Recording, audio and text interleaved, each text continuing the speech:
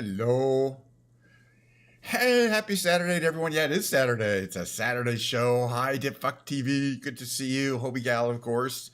My number one and number two. I don't know. I don't rate them personally. But it's just great to see you on the YouTubes already. Welcome to, the good thing about starting the regular time, you can look at the clock and go, yeah, I bet he's starting to stream.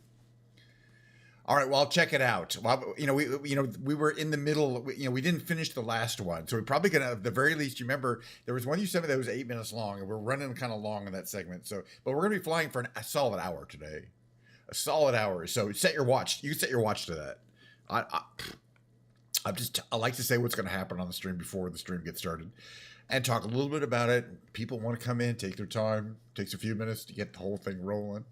Get me in the mood, but it's going to be a very surprising stream of very typical activities. Look how gigantic that Diet Coke is, though, and it's freshly poured out of the can. There's still some more in here too. Let me just give it a try.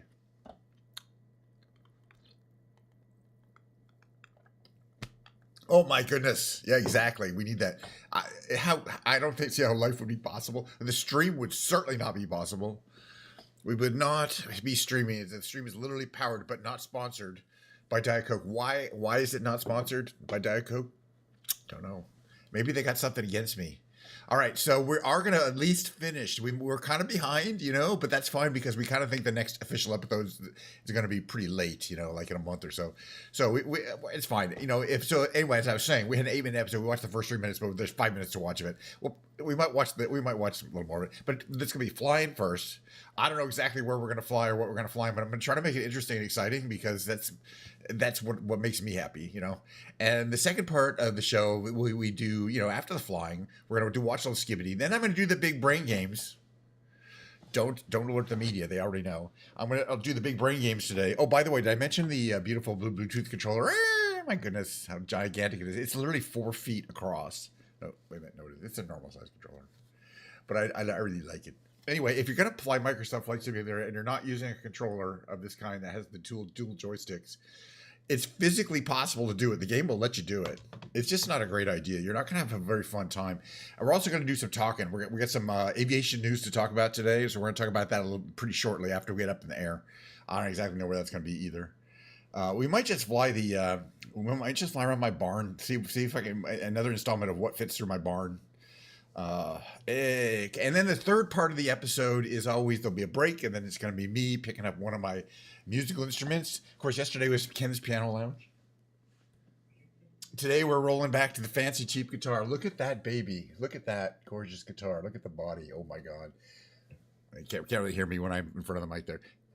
So I won't talk.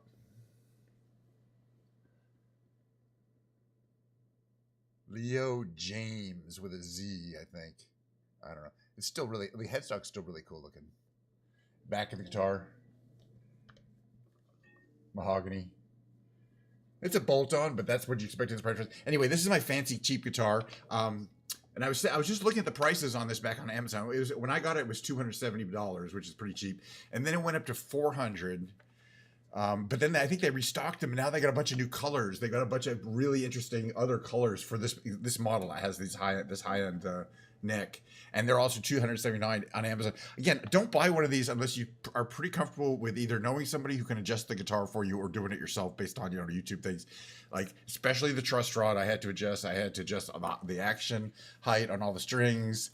And what if that's never going to happen ever? But you're going to ask every single time, so and that works out because I like my streams to be extremely repetitive. So as long as you're here every time to ask the same questions, it's all good. You know what I mean? But no, nothing's going to change ever. So that's good, which is good. I know you may not be happy with it, but at least you'll get used to it. You know what I mean? And we're going to cheers to that with the Diet Coke. Nothing ever should ever change. Well, nothing ever really stays the same either, I know, but you know how it is. People come here to see the flight simulator, including me. It's one of my favorite things. Some people could like to come watch me play guitar later. I'll probably be playing. I'm going to dig into my history of playing music on karaoke music on YouTube and see if I can find some songs that I haven't done like in 6 months or something like that for the karaoke. I don't care if they're good or bad or if I know them that well. It'll just be different, just trying to mix it up a bit. So, all right. So the first thing I said is I mentioned we're going to fly through the barn but I just changed my mind. You know, I think might be interesting. How can we get an image of the my SST flying over Mount Everest? And if so, how can we do it? Because we can't fly out of Lukla. Where is Lukla again? Is this Lukla? Here's Lukla here. But I think we can fly out of the nearest airport is going to be Janakpur. No, that's not long enough. What do we got here? 53. No. You're trying to find the biggest airport that's in range that can handle a takeoff of that's 9,000 feet. 9,000 feet here, and that's not too far, especially since we are in a supersonic transport. This is Mount Everest up here. It's where it says Lukla there, just northeast of that. That's Mount Everest. I just thought it'd be fun to get a screenshot over Mount Everest with a SST, just because you can't do that anymore. But it involves taking off from an airport that can handle it.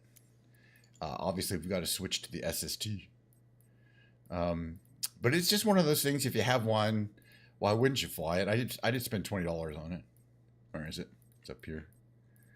I do remember it's still installed. I was just checking on that today. I got so many fun planes to fly. It's here. It's just kind of hard to find. There is the DC Designs Concorde. There's not really that. They're all realistic liveries, but we can pick. Let's do Air France today. It's always a good one. They're about the same, really. All right. So we're going to start on this runway here. We're going to do a quick flight. I'm going to take some pictures of our SST flying over Mount Everest, preferably with the nose and the gear down, but I'm not sure we can handle that. It is 28,000 feet. Now, this plane easily gets up to 28,000 feet. That's one of the reasons. It's not going to take off and land at this little Lukla airport. All right, so we're here. We're going to start on runway 10. We're changing the time of day. Again, that doesn't work either. We'll figure that out. I'll figure that out there, and we're going to fly northeast, northeast approximately. I think it'll be pretty easy to find Mount Everest. We might have to change the weather to see it, and certainly the time of day. But yeah, and maybe we'll be able to do a low pass over Lukla, and jump out and take a look and see what it looks like. I've never tried anything like this before. This may be one of the shorter missions. Now, one thing we cannot do is fit the SS-3 through the barn. But I have plenty of smaller planes I haven't tried that on yet. Okay, so it's a little late in the day there. I'm gonna make it earlier in the day. That is cool looking there. Just a little bit earlier, right? Taking off runway 10, departing straight out. Victor Echo Delta Hotel traffic. All right, so here's our SST sitting on the edge of the runway. It is in takeoff configuration. Maybe a little bit of positive trim there. There we go. You can see the nose is up, but the secondary aerodynamic shield is down, so you can see out the front a little easier. Those four big afterburning engines in the back. Now, in order to take off successfully, you need to turn the afterburners on. That's these four switches down here. See engine afterburners. Technically, you're not supposed to turn them on until the plane's moving a little bit, so that the afterburners don't light the back of the plane on fire. It's just a thing. Don't worry about it. We'll be fine.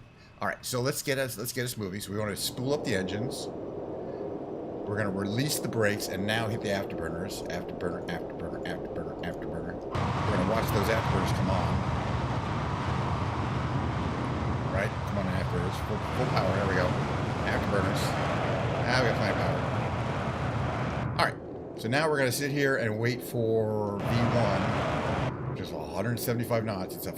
You need a lot of speed, or 180, I think, 185 knots. We're getting some gumption there. We're still well below speed. That's why you need that long runway. Short runway ain't gonna do it for you. All right, now we get some speed going. We're gonna do a rotate here. It's gonna pull the plane off in a second. We have positive rotation, positive velocity. Gear up. Gears coming up. Afterburners on. Okay, now we can turn off the afterburners. We're not going to need them anymore. Just for takeoff and for achieving supersonic flight, which we're not going to be doing. Okay, we're going to head northeast. This is destruction here.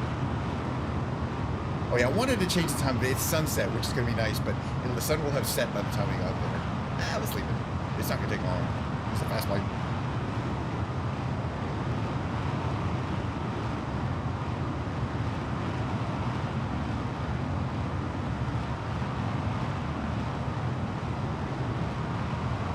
is what it looks like from here.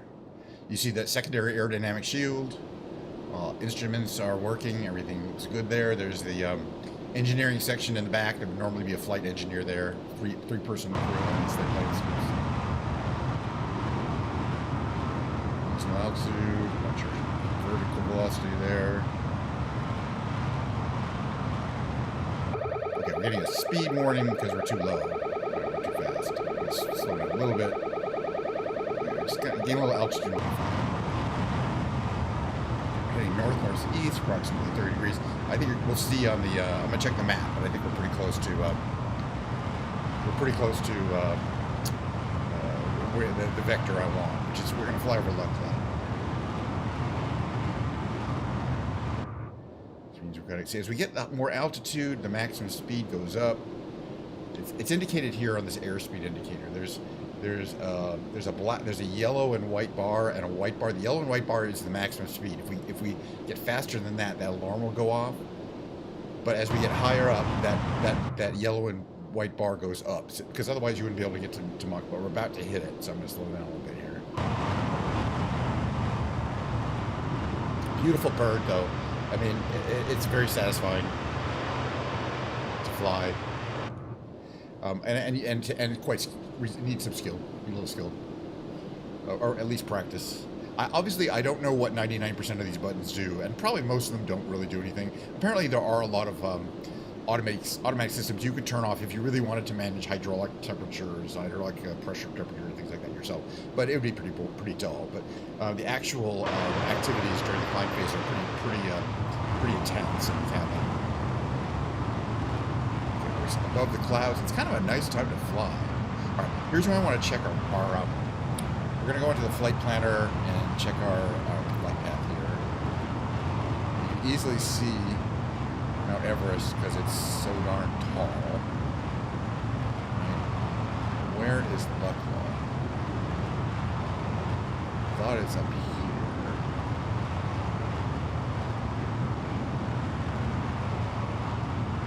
Should show it. And we're closer.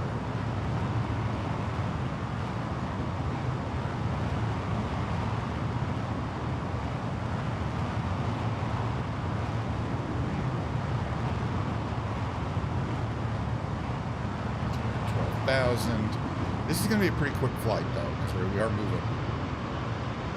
And at some point, we will be able to literally see Mt Everest, because it's way higher. We're at 12,000 feet. Mt Everest goes up to 28,000 feet. So if we don't get a lot higher than we are now, we're just going to smash into it. But we got to head up. We're heading up over this these lowlands here are still at like 6,000 feet out. But they're like 4,000 feet. But we're pretty much going to hit the Himalayas like a ton of bricks pretty soon. Okay, what's it in terms of our maximum speed? Oh yeah, we can go a little faster. Give us a little more oomph.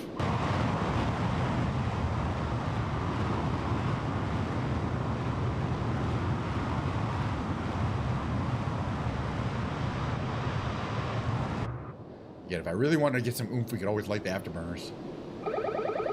No, that's too much oomph.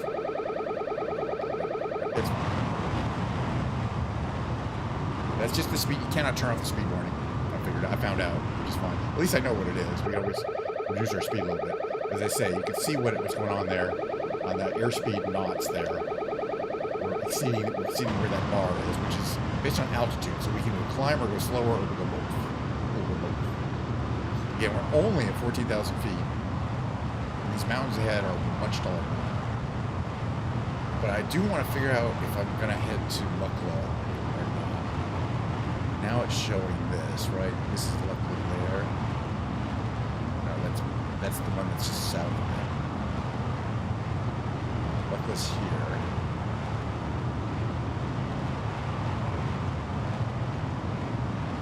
They make it hard to find.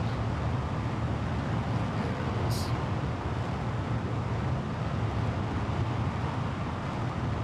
That's the MTT. Where are we at?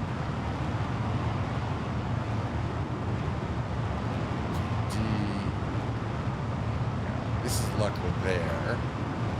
So we are heading a little to the right of that. I'm going to just a little bit, pretty close. It's gonna be about a 5-minute flight, really, honestly. I mean, well, maybe 6. We can go faster, right? The afterburgers. We have plenty of fuel too. Yeah, let's do it. All right, afterburgers on. Let's see if we can really exceed some. Get ready, boom. There's a speed going here just for fun. It's technically a waste of fuel, but we got plenty. You can definitely see below us. We're starting to get some mountainous terrain here. Really quickly, it goes from like a few thousand feet to like 10,000 feet. It's hard to tell, but we're about to hit. We're at 19,000 feet, so we're definitely overspeeding out. All right, that's enough fun time on the afterburners.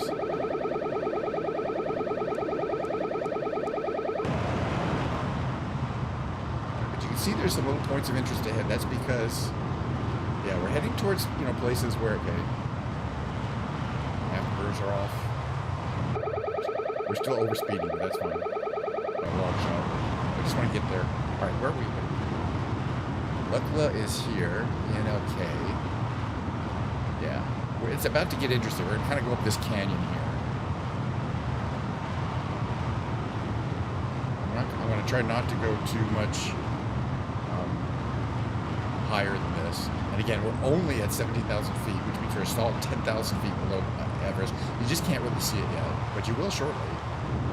And when we do, I'm going to fly over. I'm going to put down the gear. I'm going to try to put down the gear and the nose and get a shot that's hopefully iconic, that you can recognize that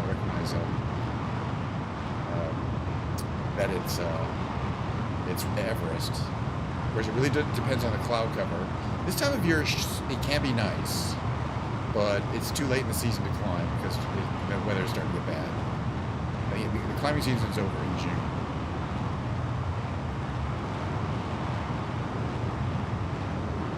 Or May. May, I think May, actually. End of May. We're going to go down here. And we're going to go this way up here. And there's Lukla. And then once you hit Lukla, you kind of go to the left, but then you got to get ready to go to some altitude. But we're going to stay kind of low here. I mean, it's beautiful terrain. The Himalayas. I guess this time of year there'd be a little less snow on the ground, but you can actually see this is an occupied area. There's a little tiny, these little bush airports operate out here. Bojapur. We can't land and take off on on a big plane like that, but hey. And it says here that there's a Nepalese army barracks up here. Imagine that. Imagine being stationed here. It says Nepal Army. Dictel Barrack. That's kind of cool. I don't know if we've flown over here. It's our speed, but we're too fast. We're moving. That's the idea. Okay, we're heading north from here. We're gonna go to Lukla. That's kind of cool. You can see all this, all those switchbacks to get up there. Army barracks, man. Nepalese must be a pretty monster army. Okay, we're gonna go a little northwest. Fly through some clouds. Yeah, it's a speed warning. We're way over speeding. Alright, folks.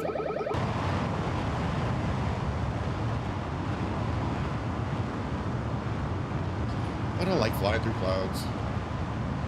I'm already having a great time. It's just to relax. Hopefully there's we'll find altitude wise. Right, so let's look over here. Kind of what we see Lukla dead ahead. And then gateway to Everest is right beyond that. Now, if we don't come out of this cloud soon enough, I may have to change the weather to a little less cloudy. We do eventually want to see the ground, and plus the mountains, which are dead ahead. But it looks like we'll be a little better. I'd rather not mess with the weather unless it gets terrible.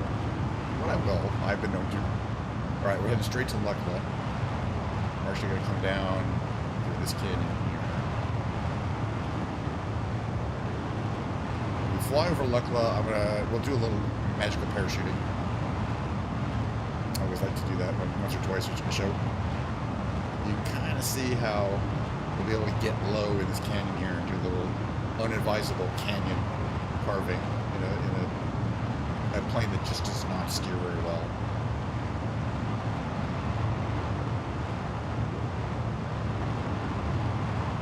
But you know, this way we can stay under the clouds. All right, past this little one here, but we're gonna go up here. It would really be fun if we came all this way and just smashed right before going anywhere interesting. Wouldn't that be hilarious?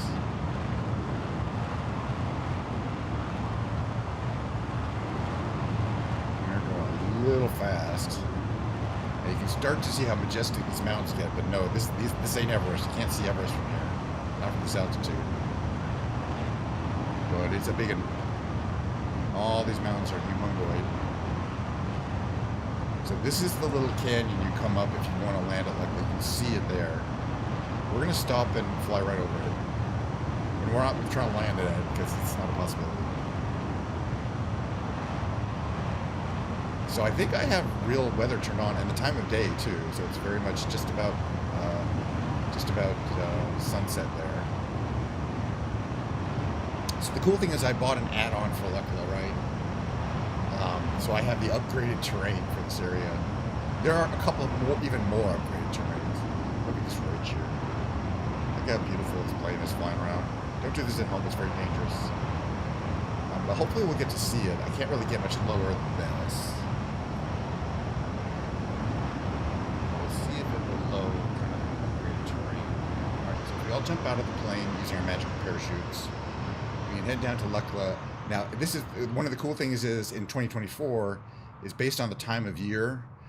It'll look quite different, and this you kind of see that that boundary there. I think as we get closer, it should load it. We'll have to see. But this time of year, it's snowy apparently there, and iced over, but not all year. I'm not sure we're gonna be able to see all the cool details if we don't get the plane closer. Come to think of it, looks like it's not full. It's right over here. Like there's a statue of Sir Edmund Hillary and Tenzing Norgay. Yeah, this is the base content. No, I take it back because there's these people there. Yeah, this is the add-on content. I can tell they're not high res. I could tell because of this extra plane there is always there. And as I mentioned, it's the statue of Tenzing Norgay and Edmund Hillary, who apparently were very good friends, if you know what I'm saying. And the Nepalese flag flying there, and there's a bunch of guys in here. There's a lot of stuff going on here. This guy is talking, and it's pretty cool. But that's if you landed here, you wouldn't get all that cool stuff. All right, back on the plane. Use your magical parachutes. Time go. All right, let's see if we can get up this. So anyway, so you come to Lekla. You can fly into Lekla on a relatively small plane. Then you got to hike your way through this canyon, and you're going ever up. We're only 11,000 feet. You're at like 10,000 feet here. But you continue up. People are living down here. It's hard to tell, but there's houses all along this way. People live in here, and eventually you get up to this place, which is considered the gateway to Mount Everest.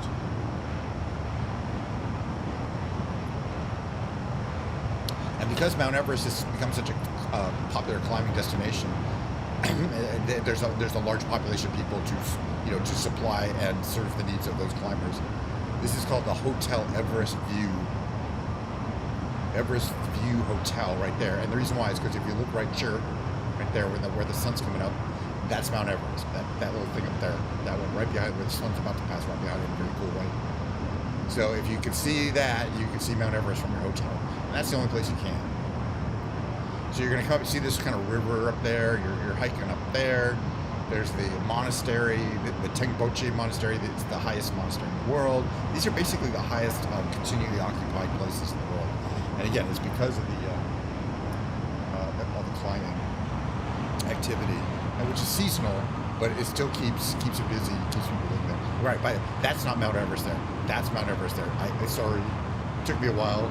Mount Everest is that thing. Is that what? Did I say that was Mount Everest? What do I know? I mean, I know now. You can see it from there, but it's the distance from that hotel, which is back there, way back there, to Mount Everest is, I mean, it's not that far, but it's far enough that Mount Everest looks kind of small. All right, we're 17,000 feet. We got to gain a lot of altitude here. I'm going to give us a little more gumption and engines. But no, it looks like a nice, clear day at Mount Everest. I don't have to adjust the weather at all for a beautiful shot. What I am going to look at the condensation on the wing at this angle of attack. Can't say that's not cool. Whee! I love it. All right. Climbing up to Mount Everest. We're at 19,000 feet. We've got to get up to 28,000 feet. A little more gumption from the edges, please. I can always hit the afterburners if I need to. Now, those dots up there represent the base camps. You can see, you know, there's 4 base camps. There's 5 base camps. Because technically there's base camp and then base camp 1, 2, 3, and 4. And then you get from there. So, but they're already, and that's the glacier, the ice glacier. I guess, maybe, actually, I think there's a lower base camp. I don't know. Don't ask me. I'm not going to know. But it's different places. Yeah, so there's Camp 3, Camp 4. That's Hillary Peak. I think the other camps are down that way. Like that's Camp 1 over there. Camp kind of the wrong direction here. But let's see, we're 22,000 feet. We should have no problem getting to 28,000 feet. So that one is Mount Lhotse. That's Mount Lhotse, which is the second or third highest mountain in the world. Wait a minute. I suggest we like these bad boys. I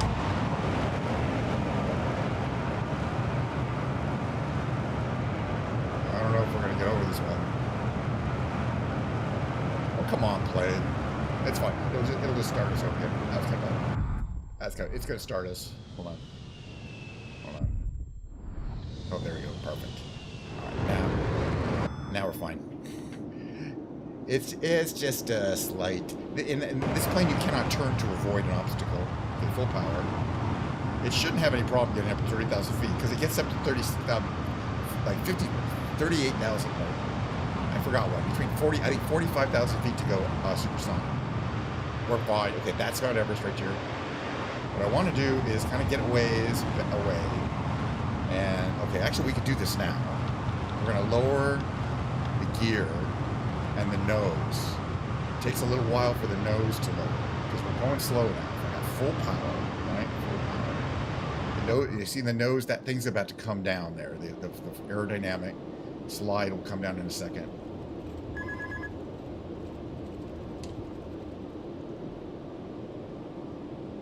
That Bing was warning that the aerodynamic slide is coming down, and then the nose itself will start coming down. See, the nose is kind of coming down there. It's kind of cool. Now we're going to try to fly over. I'm glad you're still here. We're going to try to fly over. This definitely calls for the afterburners on.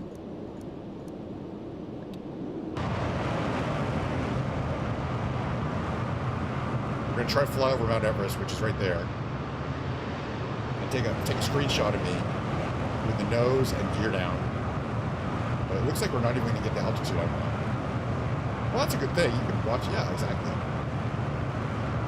Right, that's Mount Everest there. I believe it's the back of it. That's the China side. It's kind of really intense there. Give me some stall. That's a stall warning. It's not a good thing. We're about to stall out. And that's full afterburners too. I don't care. Maybe if we straighten out a bit.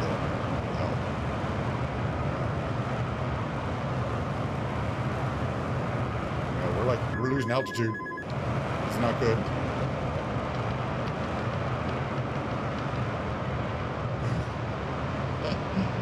You know, I don't think the supersonic transport is supposed to do this.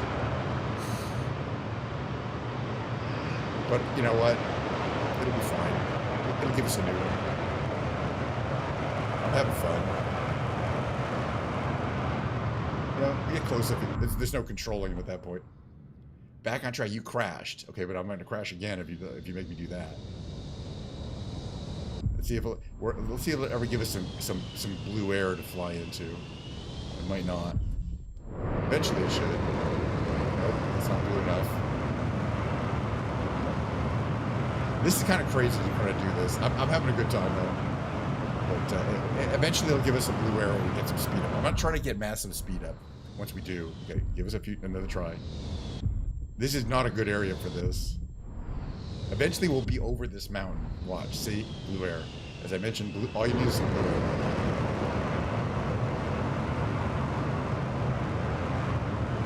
Right, do we have afterburners on? I believe we do. Yes, we do. Perfect.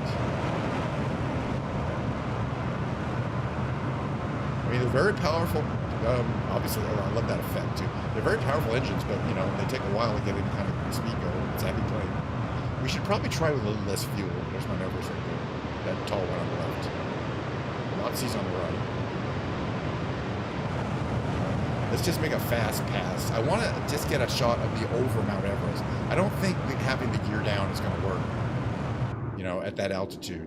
We'll keep the gear down and the afterburners on this time. We're going to get some distance here. There's the triangle of Mt Everest there. Now to get over the top, but we have to get enough distance to be able to turn. After this, there's going to be another flight too. I'm not going to try to land it. We're going to go into the barn. I want to see if I can get one of my other small planes through the barn. Because it's great content. We're pretty much done. We're done with this last city update, so I don't have to go back to New York anymore. All right, 270. I mean, we still got a lot of angle of attack there, but we're not going too fast. Okay, so we're gonna make this. Hopefully, make this turn. Make a coordinated turn with the rudder here. That's as fast as this plane can turn, which is pretty fast for a plane like this. It's not really something to turn.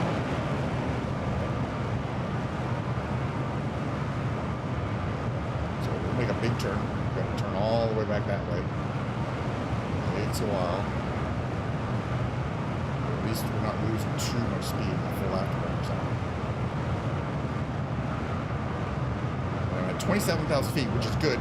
We got to be over 28,000 feet to fly over Mt Everest, which is my plan that I'm sticking to. You know, if you have a supersonic plane and you can do it, why not?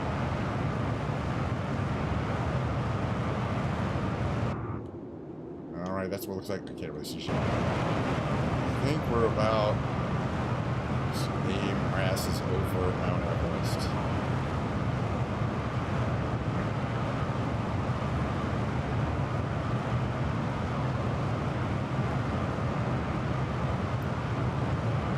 And this time we're at 28,000 feet. We're literally the height of Mt Everest. Oh, I want to fly right over the top. You know, I wouldn't mind missing it by about 20 feet.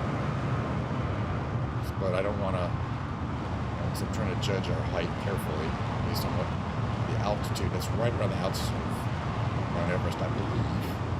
So you'll be able to see down in that area here, between these two ridges, that's where all the camps are. And the Camp 4 is on that saddle right there. There.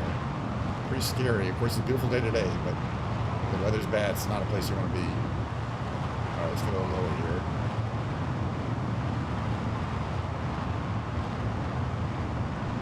I don't know if this is going to be a good shot or not, but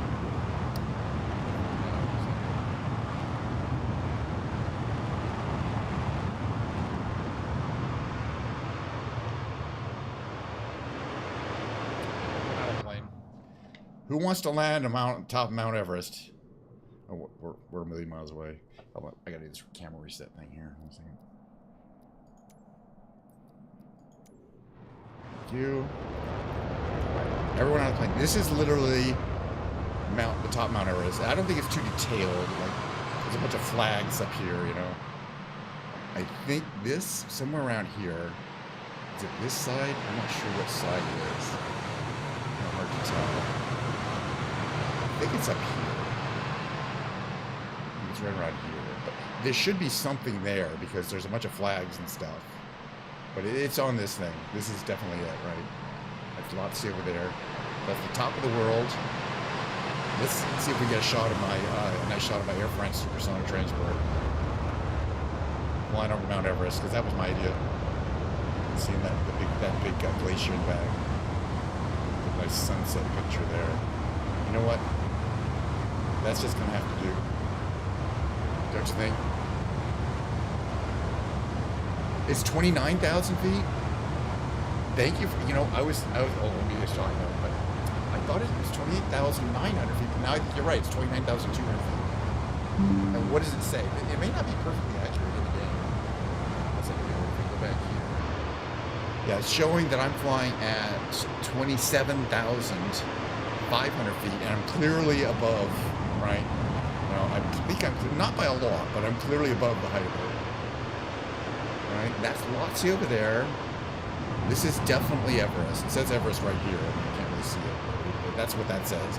It's not. It doesn't seem like it's on the highest peak of either. I mean, I think you know, it's pretty accurate, but it is what it is.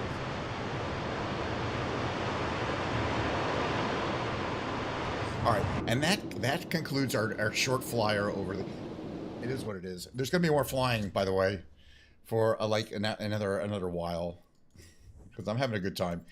That's all I really want to do. I want to get a screenshot, and it's done. Now what I want to do is play another episode of Will It Fit Through the Barn? It's cheap content. Well, it's easy content. I had to pay money for this ranch. The Circle B Kemmer Ranch. It's an add-on. Apparently, it was in the Disney family.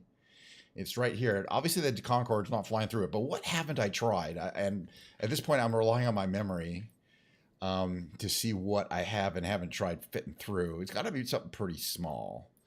I mean, now there's a bunch of them I haven't tried. But yeah, the Islander is going to be too big. I think the C-22 is too big. We did the Hawk Arrow. It was no problem. I think we've done the PA-28. I don't know about the 172. I think we have done the 172. This one is the Cirrus R20. The Cirrus SR-22 is really small. And so is the Cub Craptors. Those are pretty small. So that might... Let me just see what else I got here. The Diamond DV-20, I think we tried. And then extra is going to be too unstable to get through there. Let me see what we got. I got a lot of planes. Have we tried the JMB VL-3? I bet that might fit through. It's pretty small. Let's figure it out. I don't know. There's only one way to find out, as I like to say around this time. All right, so liveries. We get this cool livery 01 here. We're going to save and back. I think this plane could probably take off from the, we had a choice. We could take off from the dirt landing strip here or the Cokefield Municipal, or as we like to call it around here, the Diet Cokefield Municipal. You know, let's just be nice on the, it's right nearby. Let's just be nice on the landing gear and take off from the Diet. We can land there we'll land at the little dirt landing strip. The experiment here is, will it fit through the barn? I mean, it will fit through the barn, but can I fit it through the barn? All right, let's see. We got a fascinating. I got to do a little band activity there. Suspicious user. It's all good. Yeah, I think there's just a discrepancy there. Or the other thing that is a discrepancy is that I didn't set my altimeter barometric pressure. You know, that may have actually been the effect. Come to think of it. You have to correctly set the barometric pressure for the weather for the altimeter to work, and I didn't bother. And it's also off and off, unless it's a radar altimeter, but I don't think it is. All right, let's check this thing here. Is it spinning? Okay, we got that. Fuel is on. Flaps are correct. Trim is correct. This is a cool little plane. I mean, it is really nice and quite maneuverable. It's not tiny, but I think it should fit through the barn, and it is because of its. Last I remember, at least. Nice handling characteristics. That should make it a little easier, but we'll have to see. Oh. So the thing, rotate at 70, rotate at 70, wants to take off. This plane has gear, comes up, and flaps that will pop in. So we're going to do both those. Love the gear. Love a little plane with folding gear, because you know it's a high performance plane there. All right, back on there. Back on the RPM a little bit here. Let's see, everything's in the green. It's all warmed up. All right, you guys have seen my ranch before, but this is, in case you haven't, I'm going to give you a short tour. So that's Diet Cokefield Municipal Airport there. Do I have the Vertigo? Oof. Oh, I might have that Vertigo. Yeah, the one with the big, that huge engine. This is one of those planes that's got weird reflection effects on the canopy, though. That are it kind of has them in 2020, but in 2024 they seem a lot more distracting. Just the kind of that shape of the canopy, I guess, is causing it. I don't know, the complex shape of it. I think I had the Vertigo, but I'd have to double check. But yeah, I remember there is a plane that looks like this, but has a real beefed up engine. I guess, is this the piston version and then there's a turbo version or something like that? I could be wrong about that. Let's see, everything seems to be running well here. Again, this is a high valley. We're taking off over 6,000 feet. I know, isn't it fun? It's actually only 42 minutes. I got a timer right in front of me. I don't know what you're looking at. But I love that you're always trying to like troll my time. You know, keep going. Like, it's not possible. I know exactly what time it is.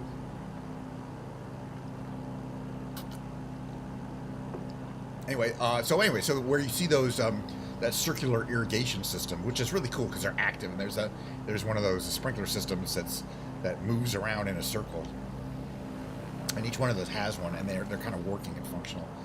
And you can start to see my little ranch. We'll be there in a second or two.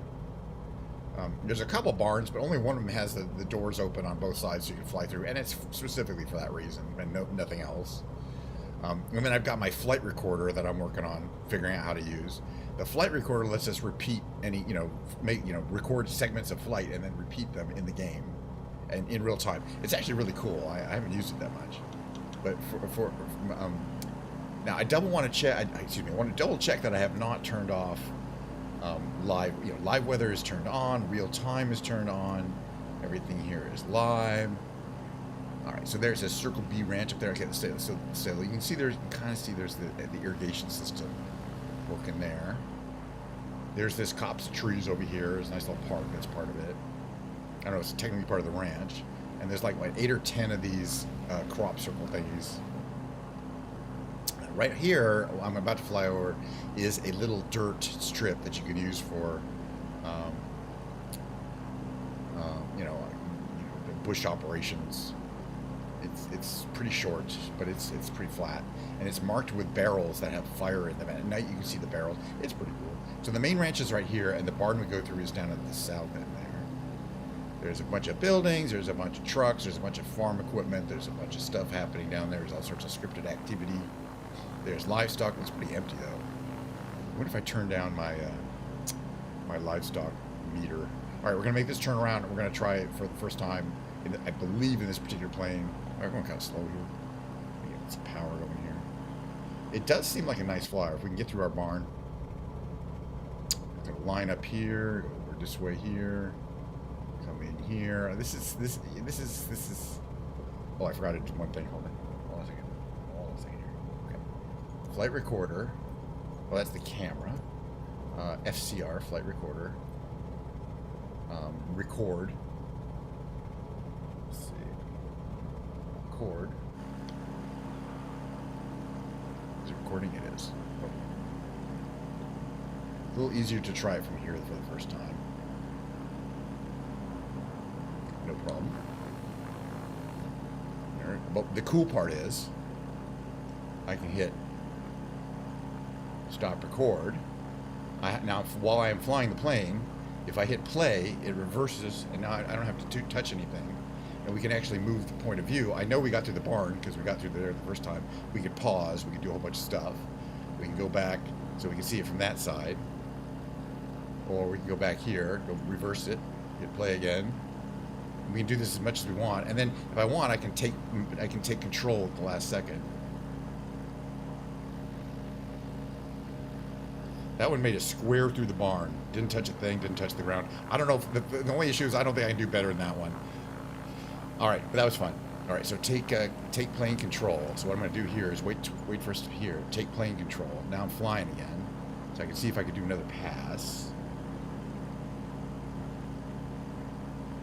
Now I hit the second thing there. I got it through the first thing, but then I was porpoising a bit. All right, let's keep trying it. Let's try another. Let's try going through this end. There's a really pretty little ranch house you could live in. I like my ranch house.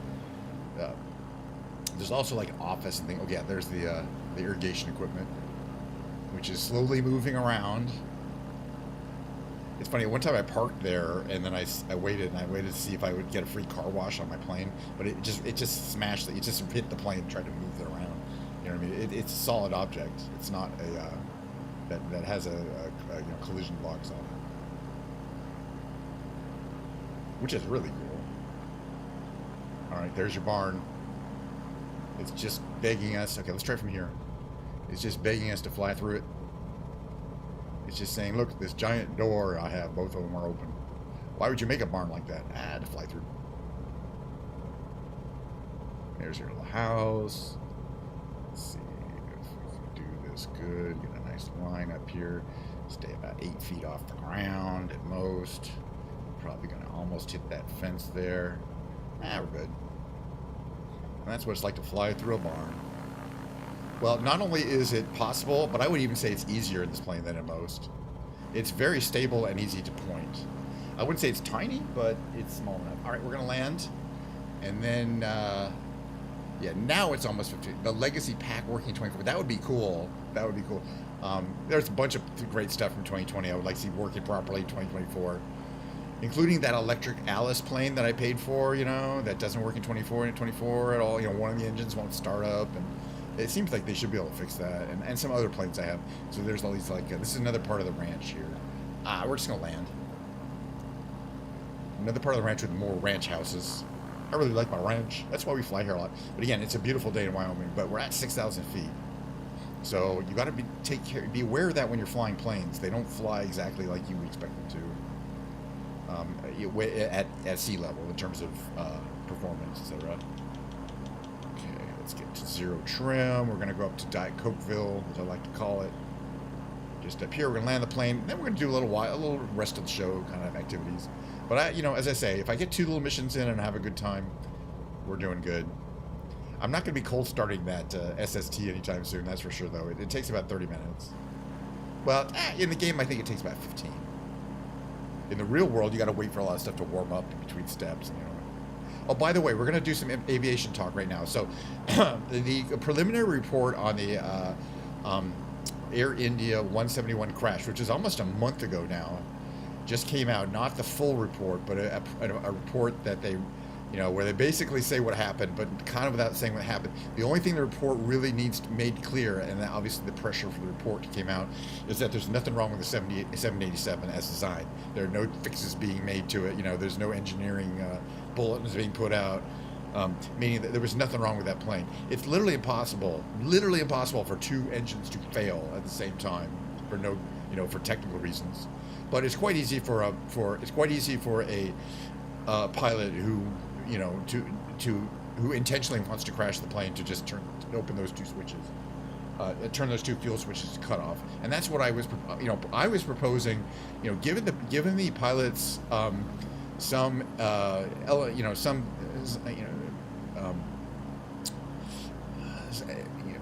credit for being good pilots, in that maybe one of the engines failed and that they accidentally turned off the wrong engine, but that also is extremely unlikely for a bunch of reasons, because that procedure, even if one engine did fail, it would have been fine, and there's no procedure after an engine failure that involves turning those cutoff switches off.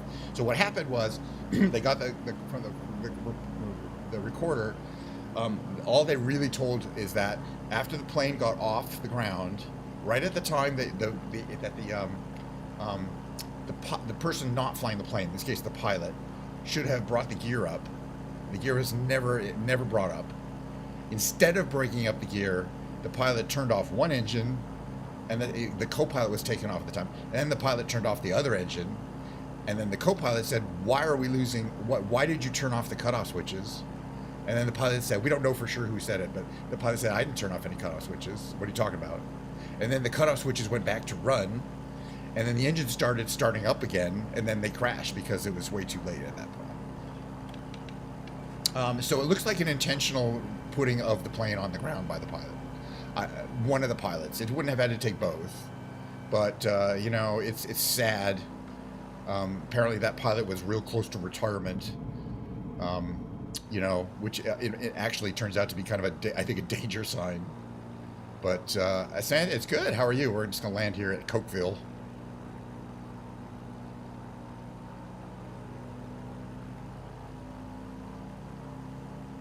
And then switch over to some other stuff.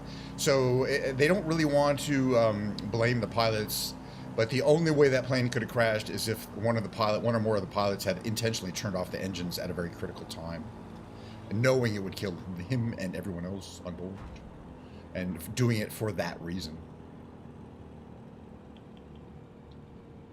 Pretty easy plane to land.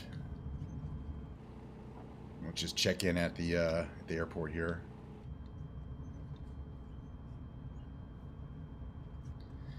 So again, very sad, very tragic, but You know, the only takeaway is that maybe our planes would be safer if they actually weren't being flown by human pilots. Yeah, did you hear about the did you hear about the report? There was a preliminary report released I think about 12 hours ago, maybe about 15 hours ago, and there's some people who've been talking about the report. This guy wants me to park here. All right, I can park here. You really want to park here? I can park here.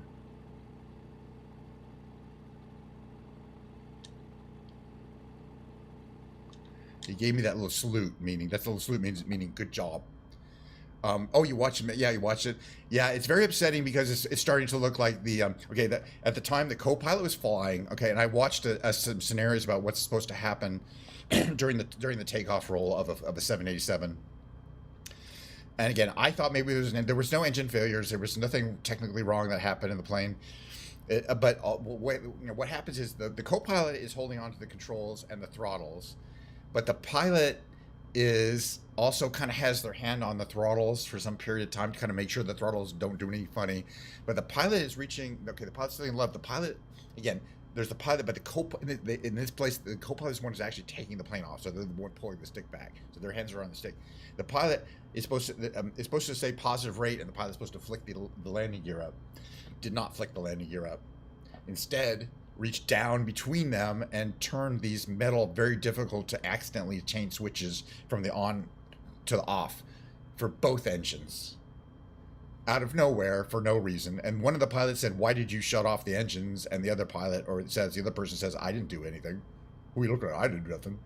And then what is assumed is the other pilot, the co-pilot who's flying the plane, who noticed that it had to turn the switches on so that to restart the engines. It was way too late by then. So it looks like the pilot decided to kill himself and everyone on the plane. It's really sad. It's not the first time. It's literally not the first time that something's happened. And all it really points out is that the most dangerous thing on the plane is the pilot.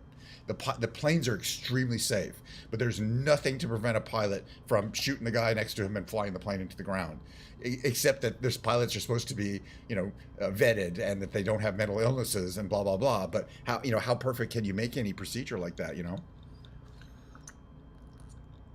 As I like to say, the reason why the reason why Air 171 went down was because of a jinn or banshee. And if you don't know what those are, look them up. But those are evil spirits that exist in the Indian culture.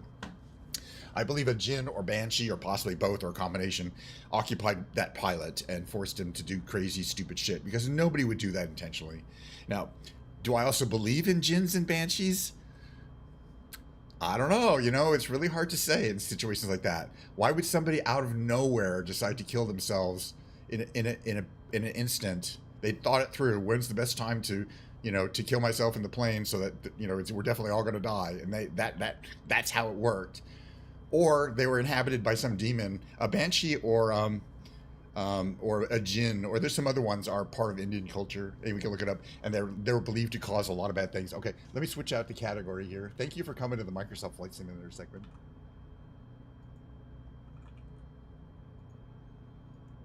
Okay, I think we're in there. Hold on a second here. Switch out of simulator, but there's going to be plenty more flying tomorrow, that's for sure. Or it's reasonably sure. All right. Excuse me. Should have muted. All right, where are we here? Let me bring this up.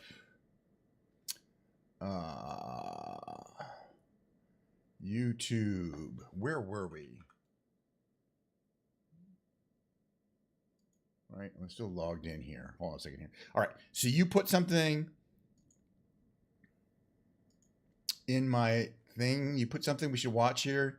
Which one? What if there were semi-titans from each line? Okay, how long is it? Let's just see. Hold on a second. Okay, this is short, so we're going to watch this one. Hold on a second here.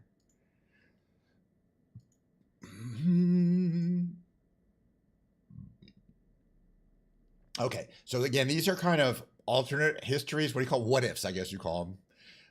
Which is a reasonable thing to call them. I call them fanfic, but I guess what if there were semi-titans? So semi-titans are the medium-sized ones, right? There's like multiple titan sizes of each thing, and there's like human-sized ones, and then I think semi-titans are the medium-sized ones, and then the titan, like Titan cameraman, the Titan the screen man, and the Titan Speaker Man are all, the same size, gigantic, 5,500, whatever. Oh, but this has 2 parts though. So let's watch part 1 and see what happens.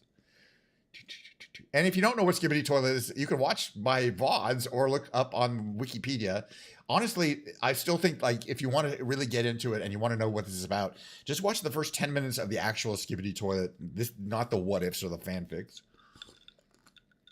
which I might do again because it's very charming and nightmarish at the same time. This is more just like fun ultra violence. Okay. Do you know that? I assume you know who these guys are. All right. So let's start off with some screen effects.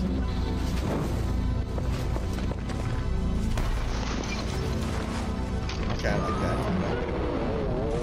Really beat that damn tank. Those captions aren't very long.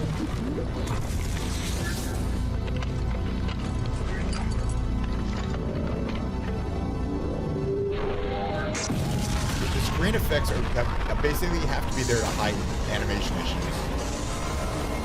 You like, and all those, there's like a heat effect, there's pixelation, rasterization.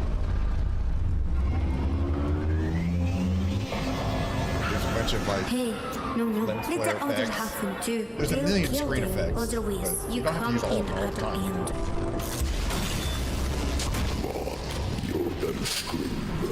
My eyes more than they already are. This guy. You dumb Titan owes me too. I don't even know who you are. These guys have intense voices.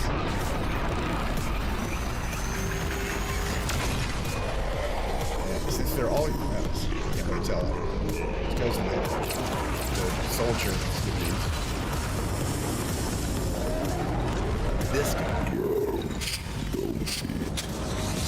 It's not my type. They're big, but not that big. Well, they look big there, but they're not as big as Titan.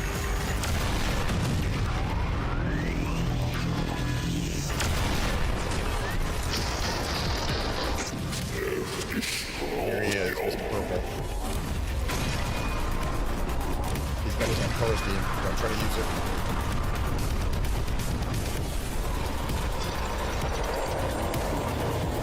The Skibidis have like a facial, defining facial tremor characteristic. And they look human, but then their faces don't move in the right way, which is cool. And I think it was kind of originally accidental, but now it's a character trait of the Skibidi Toilet.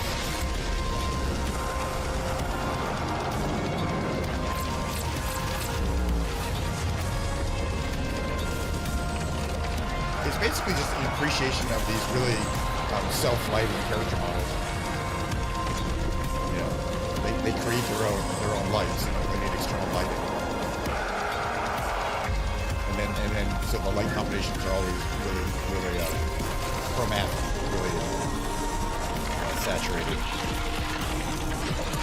Yeah. Anytime you see a plunger, that's a weapon that a toilet should be very afraid of. So that was part 2. Wait a minute, was that one? All right, but that's enough for today, though. We are going to potentially watch more. It's gonna be at least a month. I'm gonna think until the next official episode. So we gotta roll these out over time. But thank you for watching that, and thank you for suggesting it. As again, I'm really kind of enjoying them. There's a weird vibe once you get into it. And who knows? Maybe they'll someday be like really popular because Michael Bay's production company will make a movie version of it for the mass audience. Okay, what are we doing here? Let's go to here. We're gonna go to the Quirtle. We're gonna make that full screen. We're going right to the big brain games. What are the big brain games? Well, I play a Quirtle. I already played today's New York Times Wordle. I do that right in the morning, but I normally play these games every day. And on days I stream, I wait until the stream is about to hear before we do that. So let's do that. It's basically you got to solve these 4 or 5 letter words using, I forgot what my starting words are. Now that's not possible because I use them so much. And the fast and correct way to do it is to do it the way I do it. I mean, you can do it however you want, but okay. So lower left, I don't want to spend more time doing it than I have to. And these starting words really make it easy. Okay, this could be nanny on the upper right, right? But it could be some other things, right?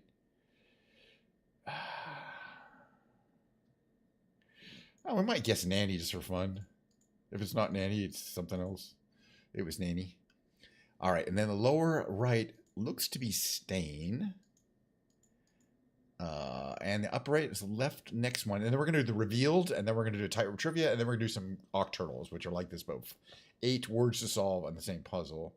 This one, all we have is an A and an E to position. It could be freak, R-E, and if it's not, it'll tell us the information we know. Okay, it could be reek, W-R-E-K. That's the only other thing it'd be, so we're good there. 50-50. All right. Sometimes I do some of the other quartals, but just for, because I want to kind of keep the brain games into a specific length of time, and this revealed one can take a lot of time. I'll keep it moving, but we'll definitely do the 2 octurals. Okay, it's a place. It has a 9-letter and an 8-letter word a description to describe this place. Okay, and we got this heavily redacted document, and these dark blue areas we can and eventually will need to reveal to get us clues to figure out what is the actual place that we're looking for here. Okay, we can guess as many times as we want, though, for free. The place is an place, blank, blank, last established in blank, that was used to blank, blank. It blank through blank, a blank of blank, and blank at the blank and blank, blank. Because it blank, blank, it was also known as the blank, blank. It served as the blank, blank, blank, blank, blank, blank, blank, blank, blank, blank, blank, I don't know. I'm just going to guess Underground Railroad. Oh, that won't fit. Will Railroad fit? No, it was not. Okay, it's not the Underground, but that's all right. You can guess as many times as you want. It wouldn't have fit anyway. All right, let's see. The blank is a blank, last established in blank, that we used to... All right, let me reel this one here. Zero longitude.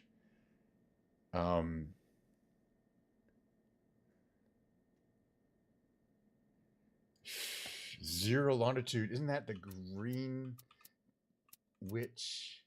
Meridian? Something like that. Yeah. All right, I'm pretty good at these. Greenwich Meridian, but the Greenwich Meridian is an imaginary line established in 1851 that is used to indicate zero longitude. That's the only clue I needed. Zero longitude is, where, it's a pretty arbitrary place of where you split the globe up in vertical lines. The horizontal lines are less arbitrary because the equator is an obvious one. But when you're talking about the longitudes, they're quite arbitrary, where zero would be. So it goes right through Greenwich, England, because that's where they kind of figured out. They stuck their thing on. Anyway, the point is, when they're making the maps, they needed that 0 point. So in 1851, they just made it past to Greenwich. Prime meridians, its initial is a prime meridian, blah blah blah. When it's just superseded by the international reference meridian, just only slightly. All right, let's see how we did. We needed 1 reveal. Other players needed 5.7 reveals. We did pretty good, frankly, or I did pretty good. You didn't help me. That's fine.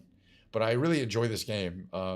It's challenging. I've played 54 puzzles and I've solved all.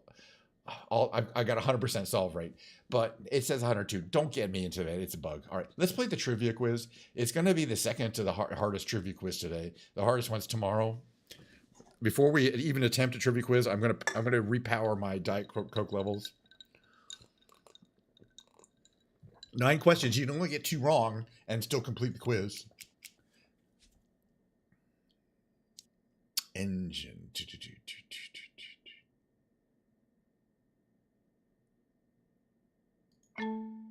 I should have gone with my gut there. Oof. All right. Which country has the world's longest coastline? 3 oceans. Wow, I'm not doing well. Canada touches 3 oceans? Oh, I guess that makes sense. Arctic Ocean. Blah, blah, blah, blah, blah. Okay, I already got these. I already didn't cross today's. We're gonna try again. I just want to see what the other questions are. But yeah, that was a rough one. We're gonna call this a complete fail. But I just want to see what the other questions were.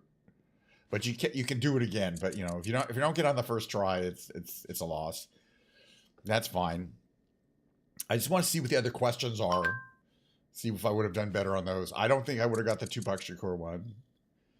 For sure. Those two I should have gotten this one. This one I have no reason to have gotten. Oh, I guess by process of elimination. Anyway, let's see what the ones I haven't seen yet are. That was still a complete loss. Okay, these should be pretty easy. Well, that was pretty easy. I don't know if these are going to be pretty easy. The Tesla. See, I keep track of this stuff. Yeah, I had a feeling if I got through those first 3 hard ones, I would have had no problem. But that's just how it is with trivia, you know? As the noble gases.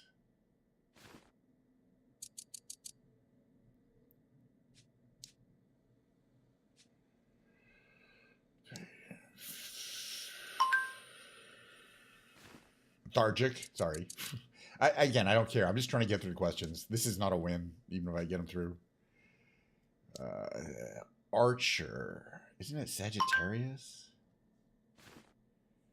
Yeah, see, as I thought, all the rest of the questions were super easy. But that's, you know, well, let's see. 6 months of his tenure. Was it Richard? Yeah. Yeah, I got all the other questions. But this score doesn't count. That's fine. I mean, it's not like they're going to pay me or anything. You know, I'm not making money by finishing trivia quizzes.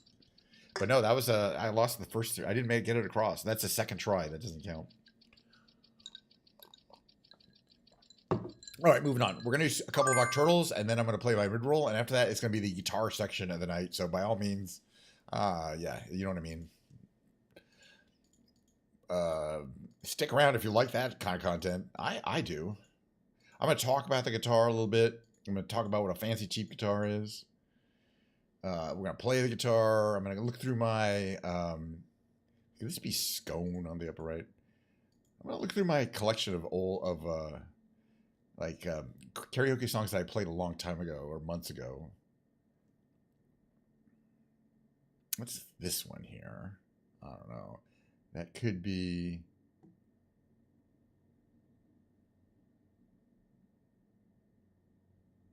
Booby? Could be. I mean, it's a bird. Boozy? Yeah, cool. All right. And we got plenty of extra here's. Okay, this one up here, mouse on the lower left there. There we go. Let's just finish up the easy ones here.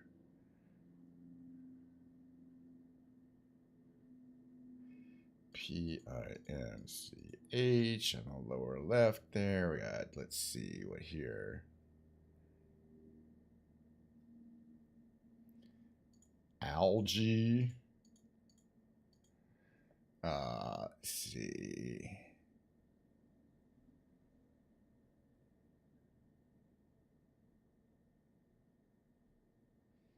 Adapt on the lower right there. We're going to do one more of these after this, the hard one. This is the easy one. Let's see. Diode. There, right. It's got to be one left here. And that's, is it cilia? It's not cilia. Could have been cilia. No, it could have been cilia. All right, let me finish. We got one guess left. I get it, though. Let's see.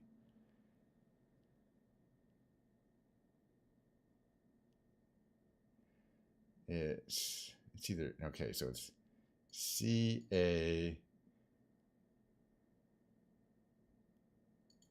Is cavil a word? Yeah, cavil is a word.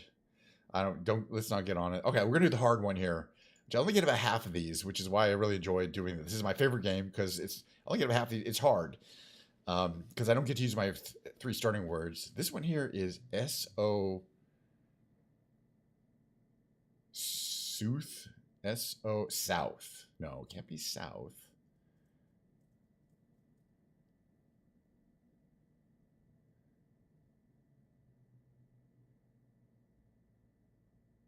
It's not sought. All right, let me figure out what that one is a little later. I think it's Sooth. C-O-S-O-T-H. I might just go for it. Let me see what else we got here. Lower left, it's got to be cleft, right? Let's grab that. F was helpful. SOU blank D. Sound, right? That's what other, and that will use the N. That's actually a really good one. An N is super helpful. This one on the lower right looks like it's just going to be cliff. That's easy one to get. Now we have what here? Okay, this one on the left here could be omega. And if it is, it gives us the A. Good, good, good, good, good. All right, we got 4 to go and 5 guesses. So we're still doing pretty well here. Let's see. This is probably something like died, like not vying or something like VYING, lower left there. Let's see. Then we have a K and an L to place.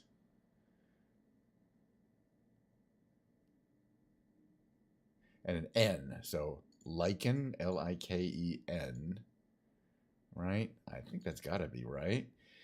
All right. And anyway, I still think we got soothe on the upper right. And I don't think it was going to be on that left that we have. All we have is a T and an M.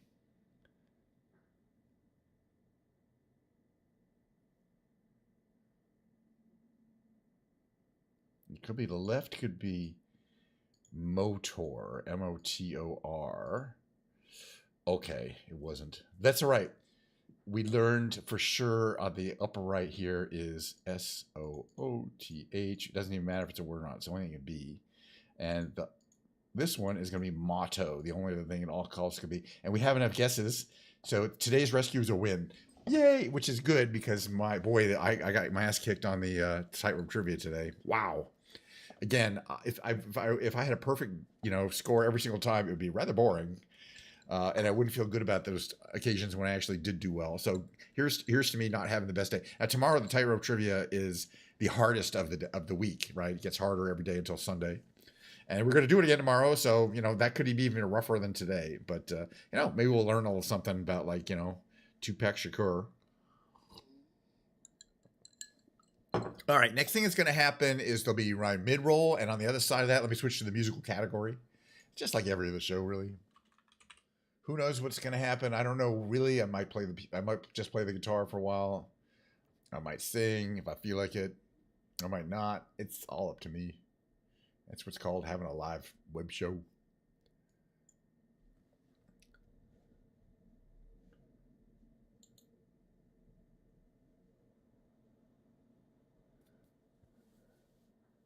I'm just looking over at my stream window here. All right, let me get the mid-roll, and then we're going to get my guitar ready to go.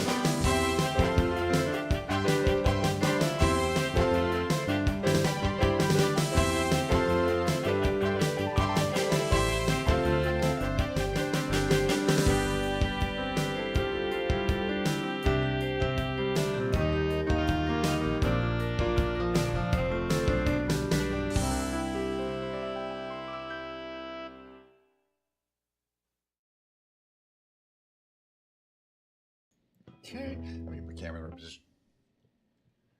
There we go. There. Get my pick.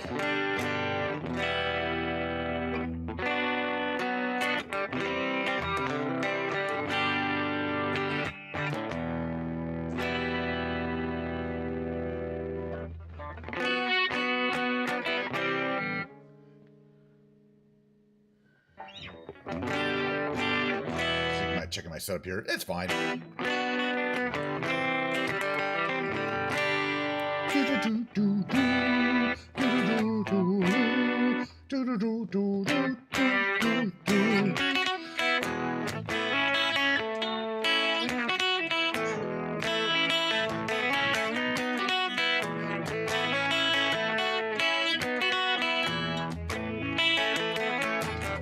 In the crowd.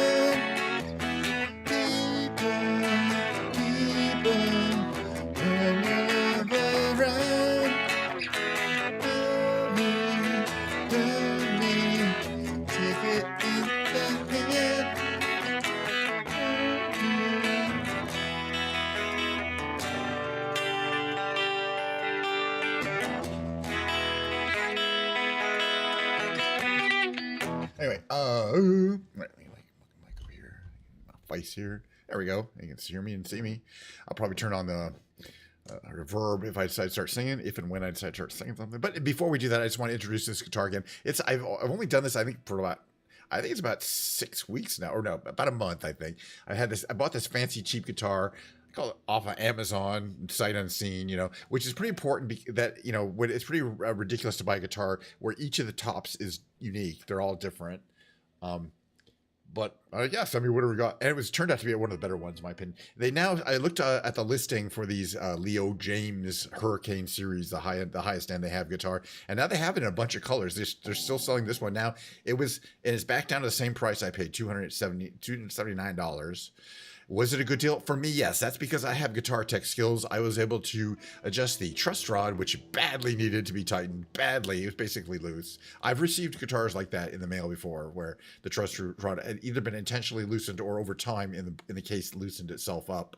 I don't know. It should be intentionally loosened. You shouldn't be fully tightened up for transport, but most people don't know that. So it seems like it's not set up, but when you tighten the truss rod up, it's set up quite well. And that's the case here.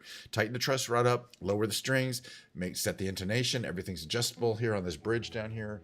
You can adjust the height. You can adjust the intonation here. There's small adjustments you can make to the height of the pickup, so I did have to lower those as well. This is what makes a fancy cheap guitar. Well, I mean, besides the fact that the top is good, it has 24 stainless steel frets, came with these locking tuners that are kind of, at least they're supposed to function pretty well. One of them's a little busted. A lot of really nice design features. The wood is really nice quality. It's a bolt-on neck, which you'd expect, but it has these offset bolt holes, which are considered kind of advantageous. They shouldn't be even for performance reasons. And the other thing is you can see here these ferrules here. This means it has a string through body construction. That's also what you'd associate with a good quality guitar. Should you buy one if you have guitar tech skills or know somebody that does? Oh, hell yeah. Because, yeah, I mean, basically, if you want to get this on a brand name guitar and get the features like a bone nut, the 24 frets, the stainless steel frets, it's really very nicely done. Fret markers that you can see from the front and the side. It's actually really cool. Locking strap lock, built-in strap locks that come with it that are really good, decent quality, I think. And this really cool burl top that has a lot of dimensionality to it. It's pretty wild. You can kind of see this camera better. It looks three-dimensional, but I don't know how they do it too. It's kind of cool. Each one of them is different. And it comes in, there's a green one, there's a blue one, there's a different green one, and there's a red one, and there's a purple one. The purple one I think is out of stock. But they all have these features. And the other thing is, I don't know where they're made. It says made in PRC. On the back of the headstock, normally it would say where the guitar is made. There. You can kind of see there. It's got some text there, right? You can't read it, but what it says is Hurricane Series. Designed and manufactured by Leo James. A very long serial number and a bunch of symbols, but no made in a particular country. If it were made in China, I think it would have said made in China on it. I have plenty of guitars that say made in China because they're made in China. I think these were imported by China, Chinese company, but I think they were made in Bangladesh or someplace like that. Or India.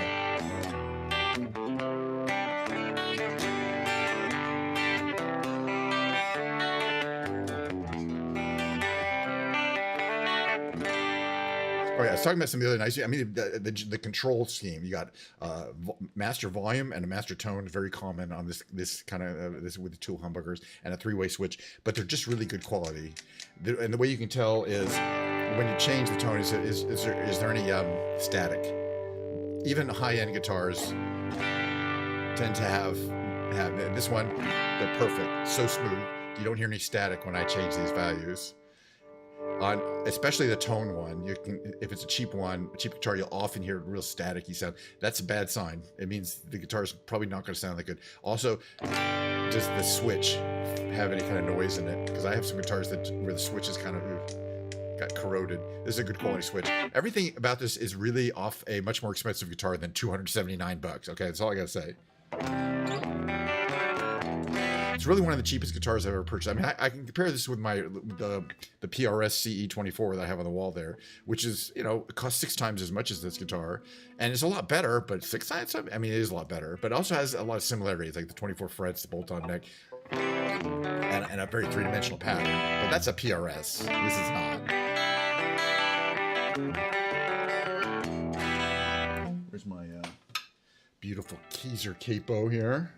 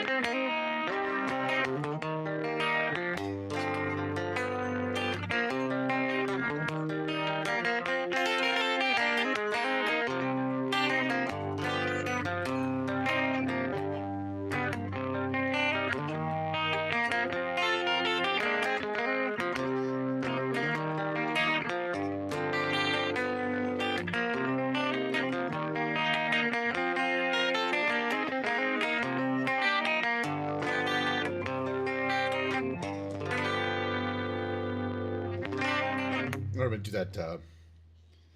that. That song I like to do. Modern Jesus by Portugal the Man.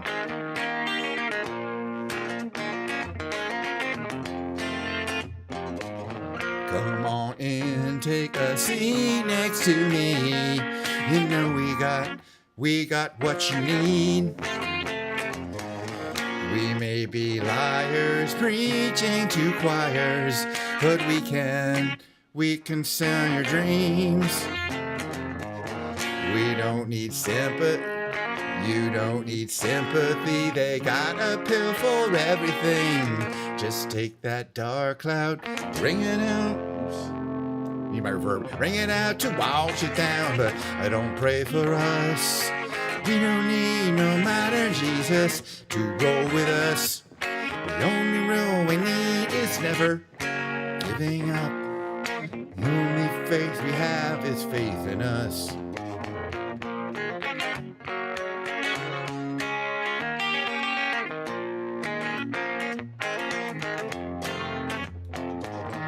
You are the ones who start little fires, yet they burn out. But when they're on the rise, they can't help but shine. And when the wave approaches, take our ashes to the ocean. Who cares if hell awaits? We're having drinks at heaven's gate, but I don't pray for us. We don't need no modern Jesus to roll with us. The only rule we need is never giving up. The only faith we have is faith in us. We know that we're helpless, at least that's what we assume, but we don't need to prove nothing to you. Let's all stay cool.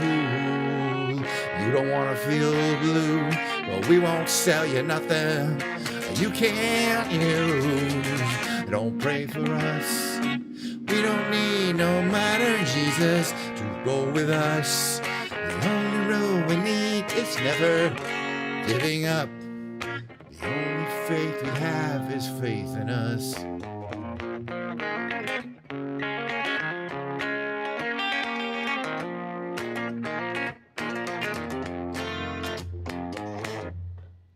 I like that song for some strange reason. What else should I do?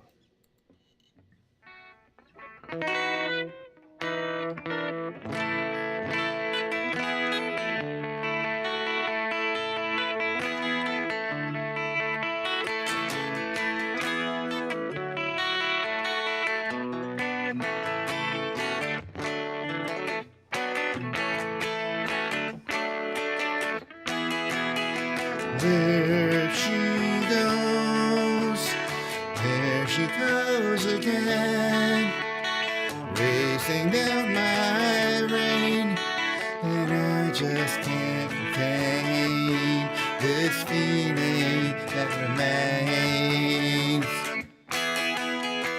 There she goes again, racing through my brain, and I just can't contain this feeling that remains.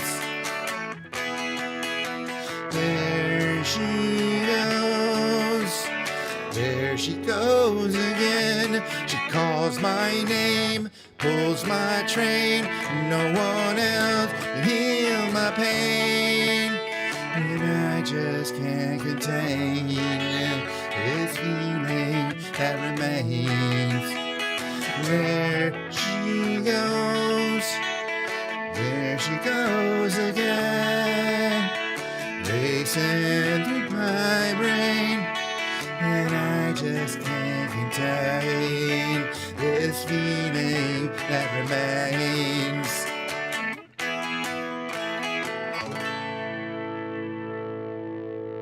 Welcome to the show, Wilma. Good to see you. Samantha, thanks for coming back. Good to see you guys. Yeah, it's basically just sitting around going, I love being able to play the guitar. I mean, I've been playing since kind of I was a kid, so a long time ago. I kind of put it down for a long time, and then when I started working my first real job as a computer programmer at Microsoft, we all had guitars in our office, and I felt like I think I bought one so I could be one of the crowd.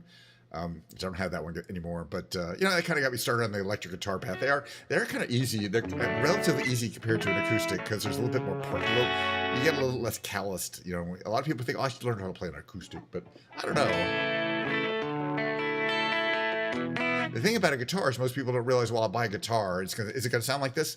First of all, you're probably not going to play it that well. Secondly, you probably don't have a good amplifier that has a DSP effects, because I've got chorus, compression, reverb, and amplifier simulation all going on to make it kind of sound like the amps are part of it. Well, again, yeah, if you learn on acoustic guitar, you're going to have... I have a little calluses, but these are electric guitar calluses. So you kind of see them. I can't really see them. They're kind of indented a little bit from playing already, but... you need less pressure on the.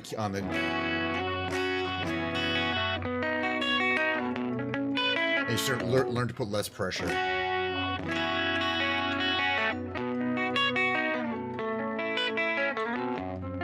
It's not, again, everyone learns in the same order, pretty much. I had a nylon string acoustic to learn the basic chord and chording.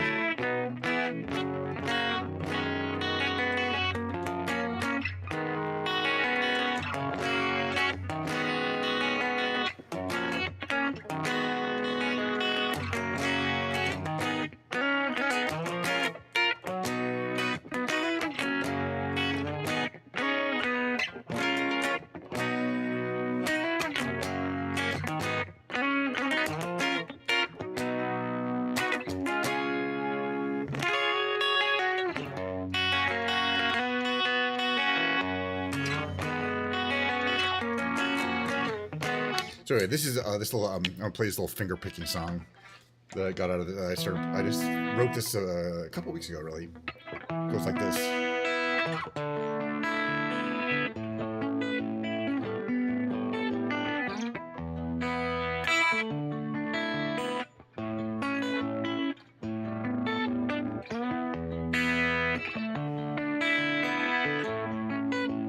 Oh, that's classical gas is a great part. I'm gonna love that. I love that. I can't do that either.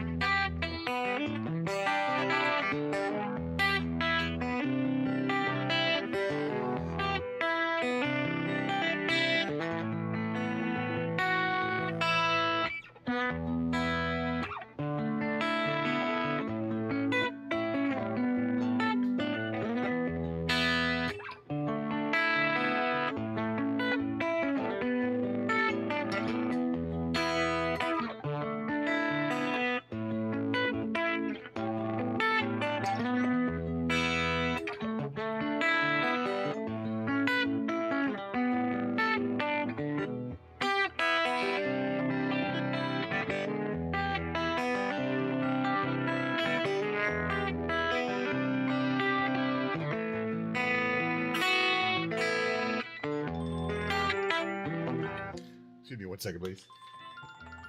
Where is it?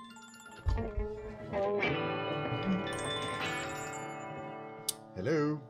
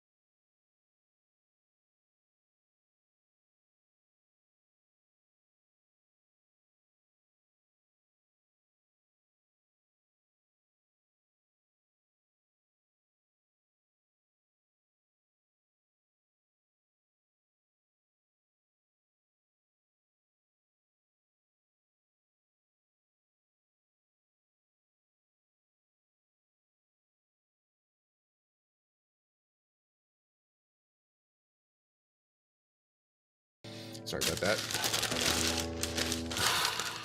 What do you think so? Maybe. Maybe.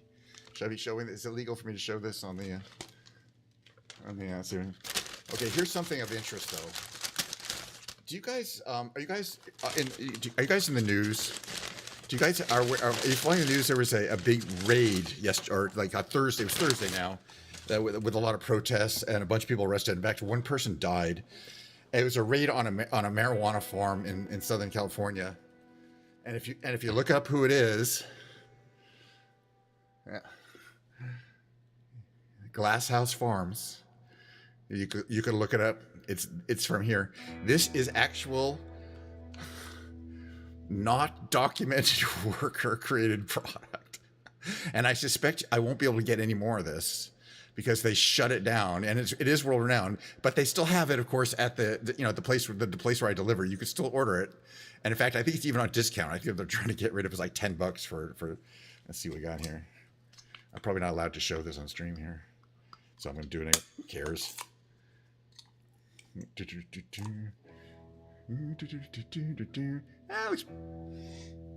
It smells really good. Yep. This is the world-renowned marijuana product from the Jealousy Mints from Glass House Farms. And yeah, after because I was looking at that, I was like, oh, look at that huge raid. I mean, there's all these, like, they arrested like 100 people or something there, or ICE arrested. Well, what farm was that? And it was like it was a drug farm. They said. I'm like, yeah, probably marijuana. What farm was that? I had no idea. That's Glass House Farms. I'm like, okay, I know that. I know those guys.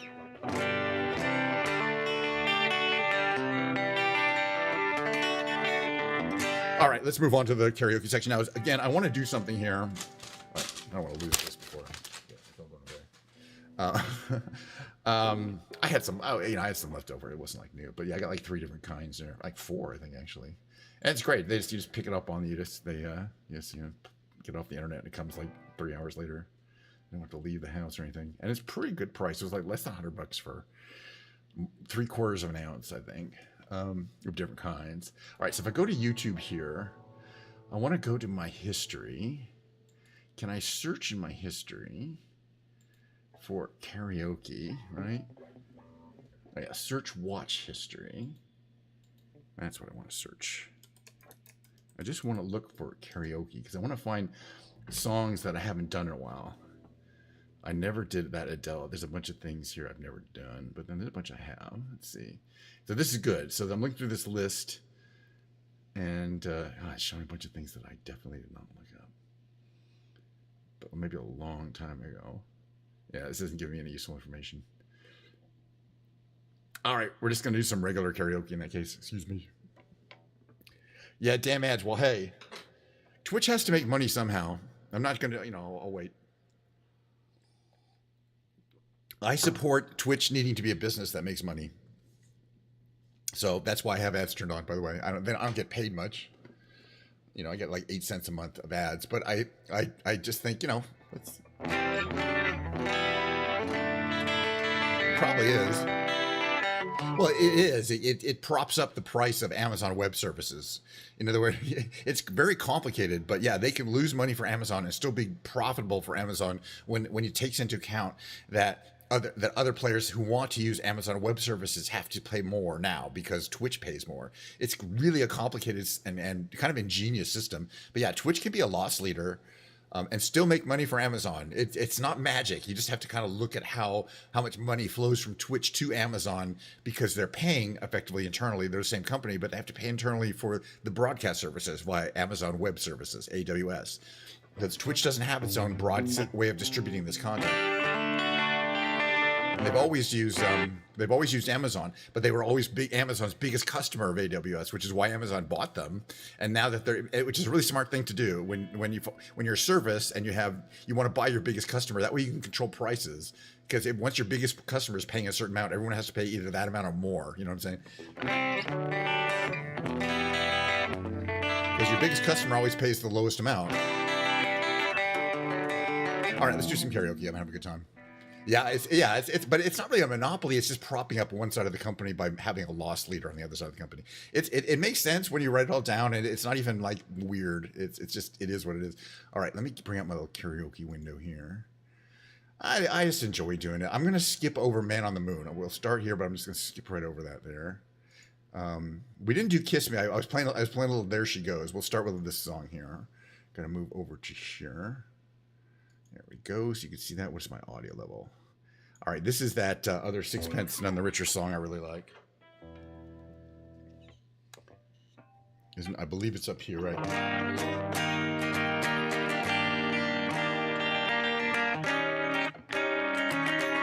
Yay, capitalism. All right, I'm gonna sing the song. I really enjoy this. Sorry. That was vicious.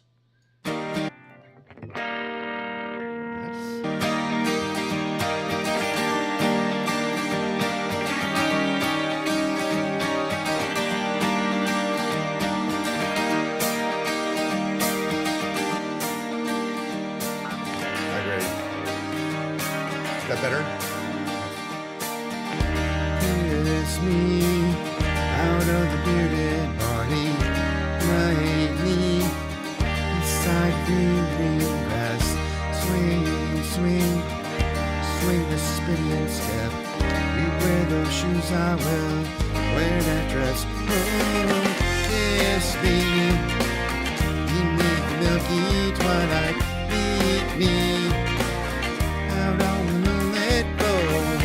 lift your open hand, strike up the band and make the fireflies dance, silver moon sparkling. So kiss me.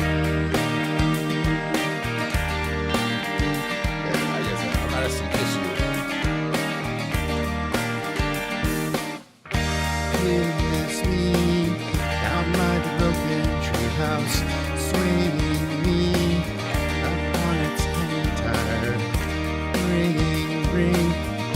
Bring your flower back. We'll take the trail marked on your father's map.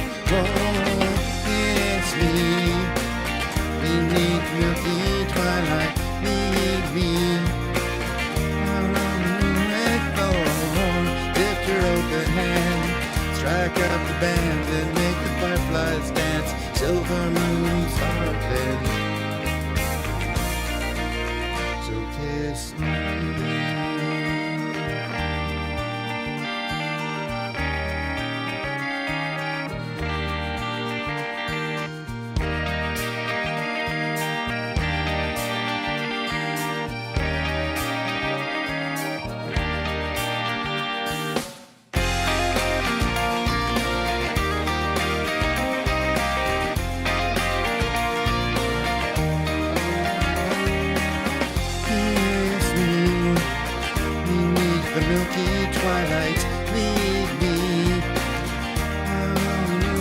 floor. Lift your open hand, strike up the band and make the fireflies dance. Silver moon sparkling, so kiss me.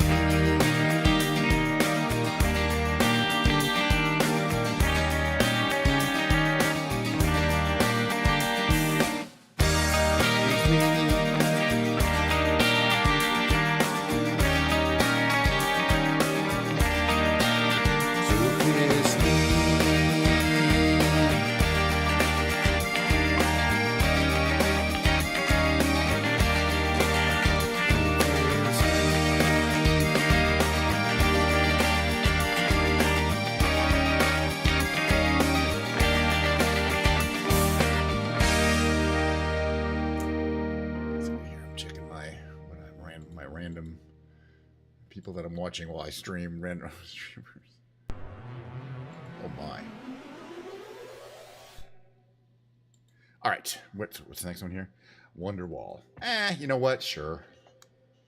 I actually really like the song. I think I'm pretty good at it too. And everyone knows it too. This was a song that was originally requested by a viewer.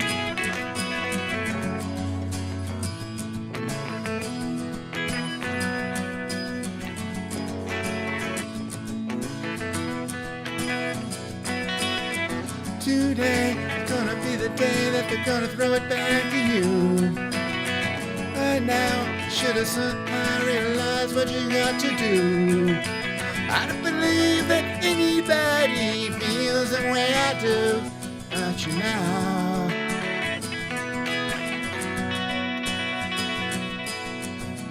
Backbeat, word is on the street that the fire in your heart is out. I'm sure heard it all before, but you never really had a doubt. I don't believe that anybody feels the way I do about you now. And all the roads we have to walk are winding, and all the lights that lead us there are blinding. There are many things that I like to say to you, but I don't know how.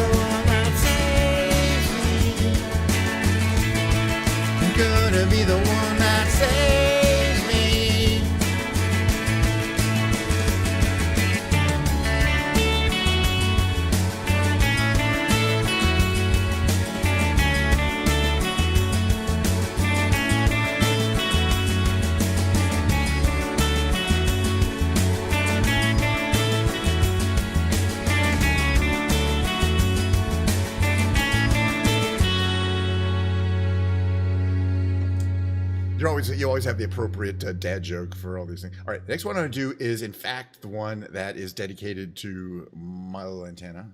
I do. It's I figured it out pretty quickly, I think. Why is that there? It's this one, right?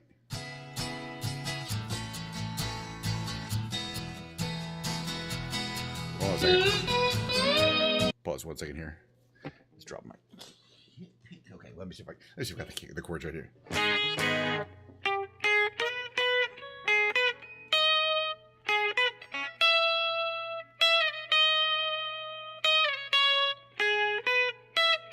I don't know if I got it right. Let's figure out.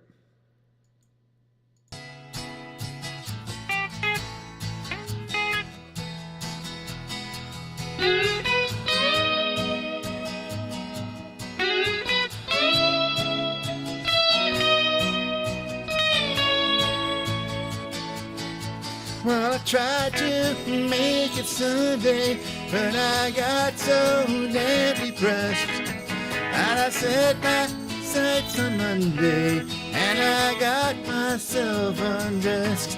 I ain't ready for the altar, but I do agree there's times when a woman sure can be a friend of mine. When I keep on thinking about you, Sister Golden, their surprise. And I just can't live without you. Can't you see it in my eyes? I've been one poor correspondent. I've been too hard to find. But it doesn't mean you ain't been on my mind. Will you meet me?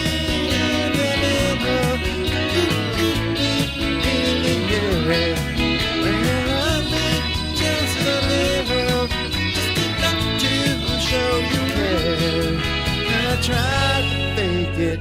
I'm saying, just can't make it.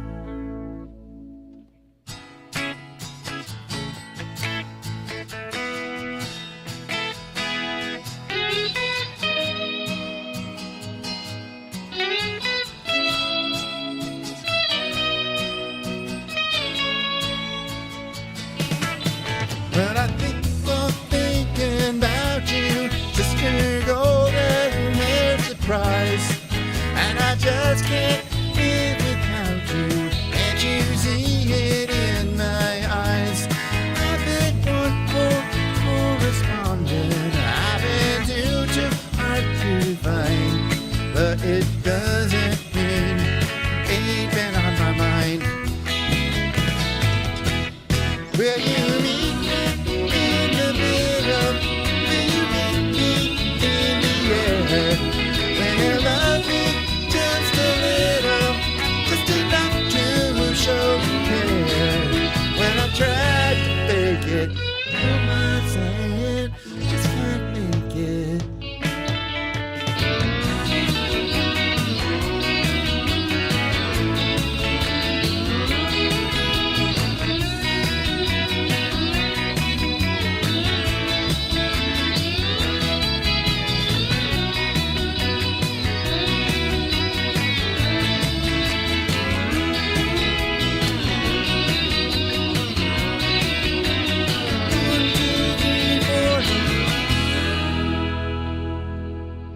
It's turning. I've only done that for a couple weeks there now, but it's turning to one of my favorites. Where's Amy?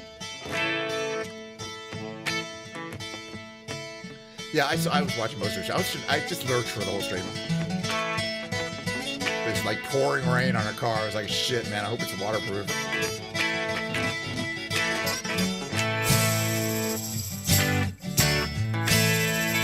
I'm watching. I'm kidding.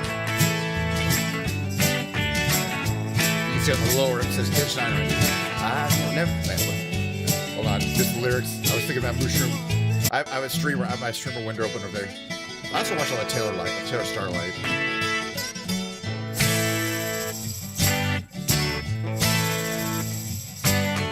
I can see why you think you belong to me. Never try to make you think let you see one thing for yourself. And you're off with someone else, not alone. See, I thought that I might keep you for my own.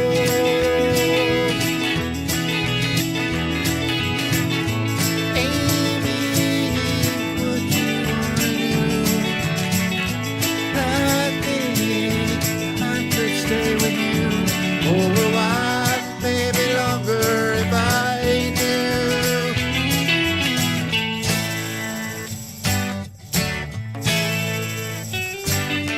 Don't you think time was right for us to find all the things we thought were proper?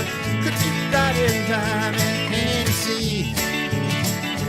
And we should turn together or alone. I can never see what's right or what is wrong. Don't take too long to see. Baby, what you wanna do? I think I could stay with you for a while, maybe longer if I do.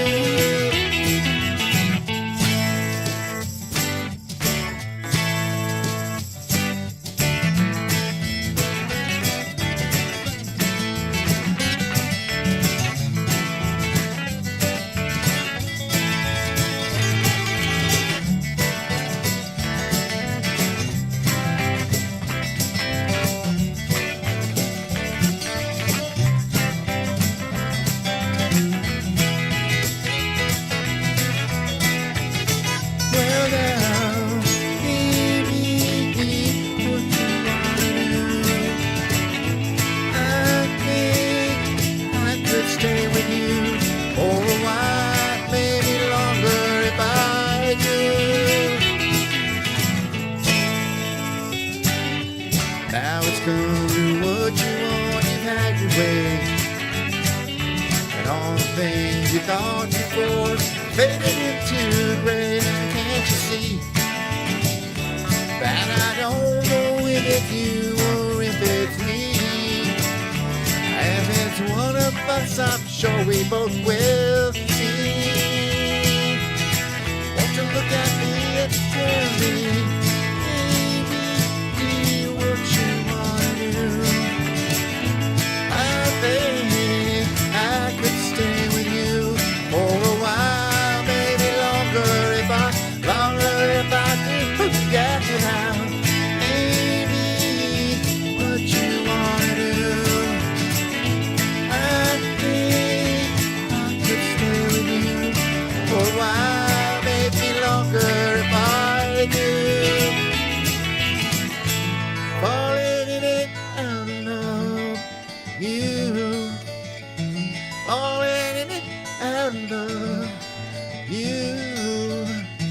Don't know what I'm gonna do. I keep falling in it out of love, you.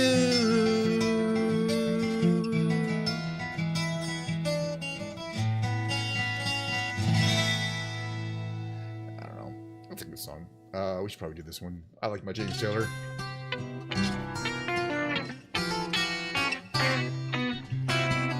Once I get here, hit the cable. It's cable 3, right? So it goes. I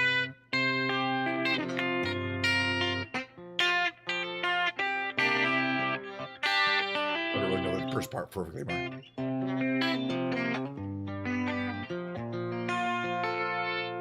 That's got to be close enough. Let's see here. All right, let's sing a little James Taylor here.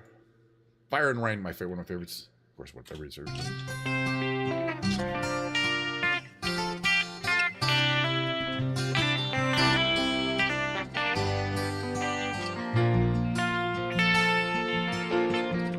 Just yesterday morning, they let me know you were gone. Suzanne, the plans they made put an end to you. I walked out this morning and I wrote down this song. I just can't remember who to send it to. I've seen fire and I've seen rain. I've seen sunny days that I thought would never end. I've seen lonely times when I could not find a friend. But I'd always thought that I'd see you again.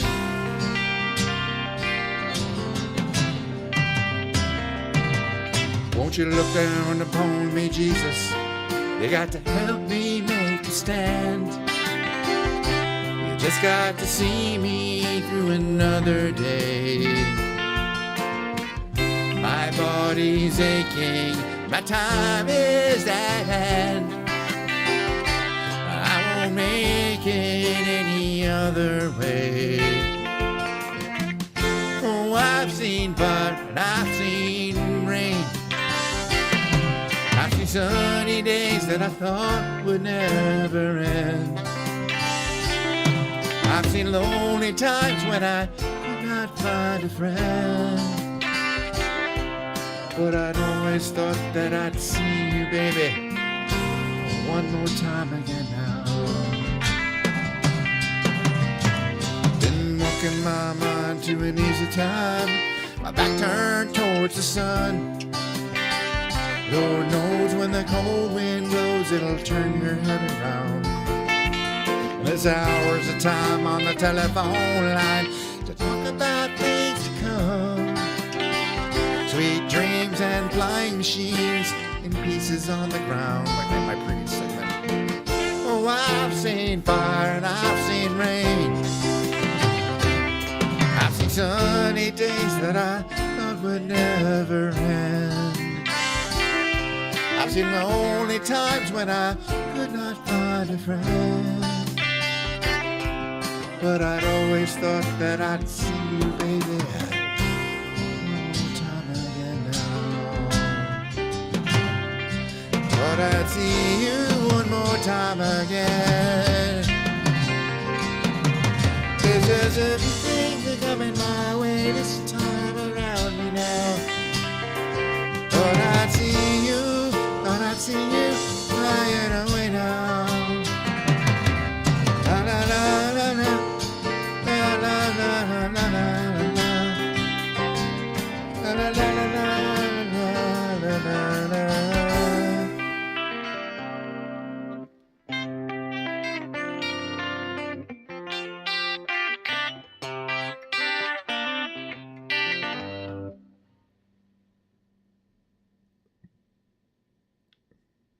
I want to do that. I'm not going to play along with it, but I want to do that song it was just recommending.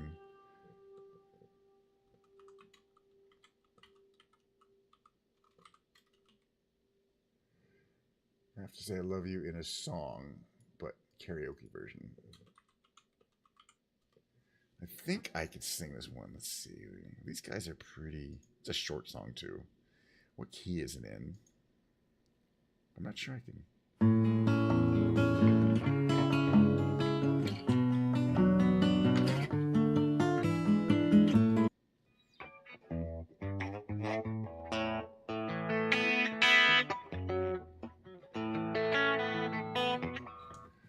Chords. I think I might be able to sing it, but I don't know if I remember the chords.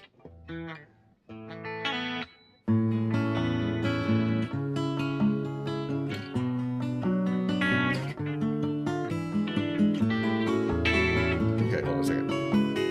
I just came up to. Okay, hold on a second.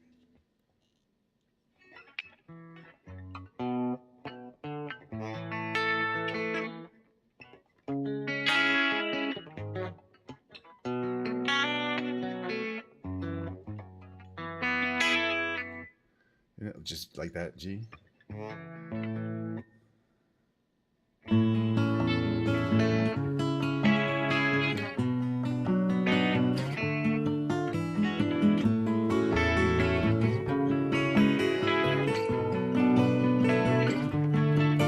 I know it's kind of late. Hope I didn't wake you. What I gotta say can't wait.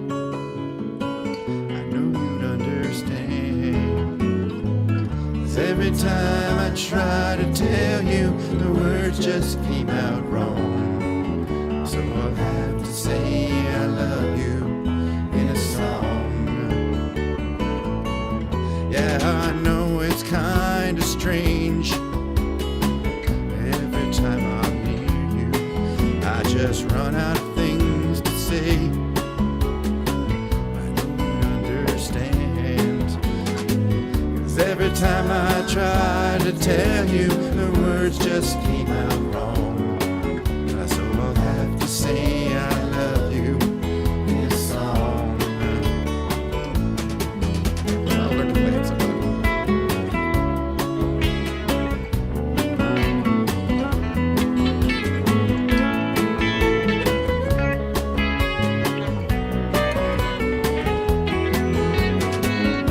Every time the time was right, all the words just came out wrong. So I'll have to say I love you in a song. Yeah, I know it's kinda late. I hope I didn't wake you, but there's something I just got to say. I don't understand. 'Cause every time I try to tell you, the words just came out wrong. So I'll have to say I love you in a song.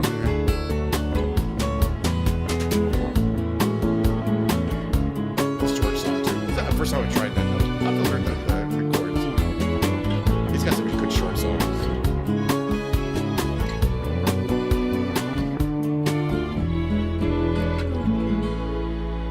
What is another one I like to do? Should we try doing Time in a Bottle?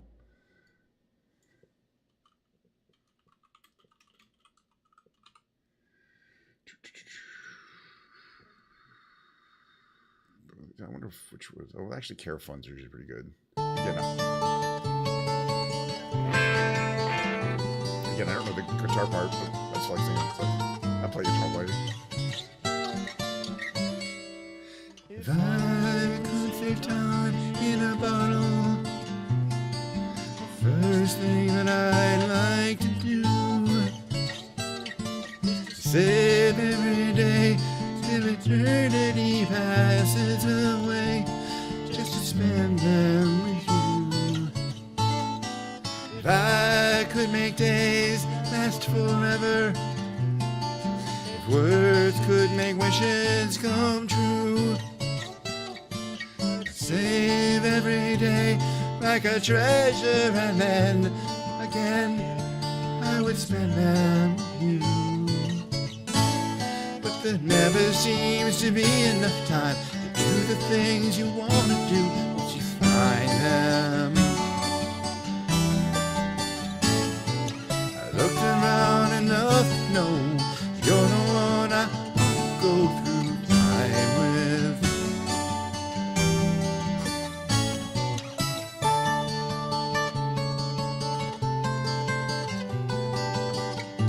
It's a hard guitar part, though. I can learn it, though. I didn't know one time. If I had a box just for wishes and dreams that had never come true, the box would be empty except for the memory of how they were answered by you. But there never seems to be enough time to do the things you want to do once you find them. I've looked around enough to know you're the one I want to go through time with.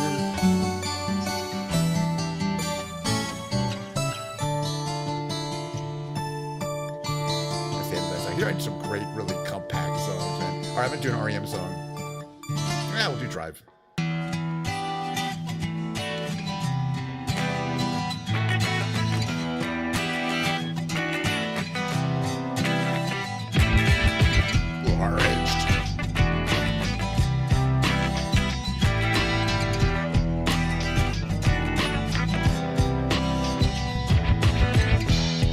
Sometimes I fear the fear of uncertainty. It's staying clear. And I can't but ask myself how much I let the fear take the wheel and steer. Driven me before seems to have a vague haunting mass appeal. Lately I've been find that I should be the one behind the wheel. Every time my heart breaks, I'll be there. Open arms and open eyes, yeah. Every time my heart breaks, I'll be there. I'll be there.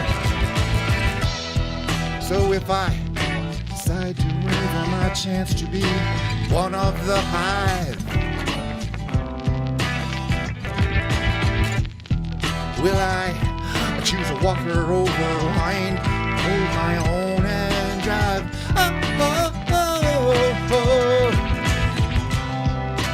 Driven me before seems to be the way everyone else gets around. Lately I'm in the fire when I drive myself, my light is found.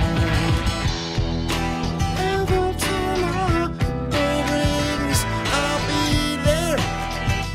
Open arms and open eyes, yeah. Every time my door rings, I'll be there. I'll be there.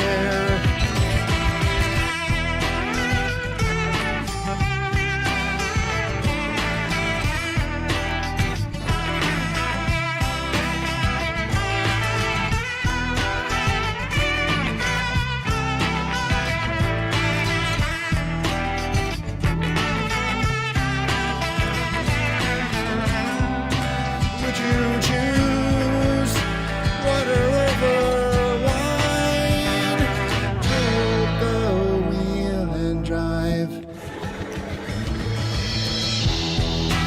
Every time my heart breaks, I'll be there. Open arms and open eyes, yeah. Every time my heart breaks, I'll be there. And I'll be there. Speaking of tomorrow, whatever tomorrow brings, I'll be there. Will you?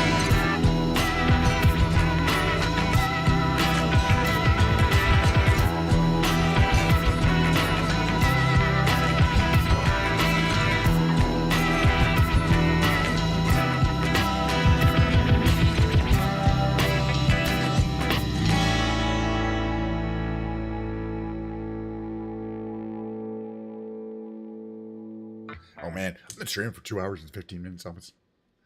Give me a second here.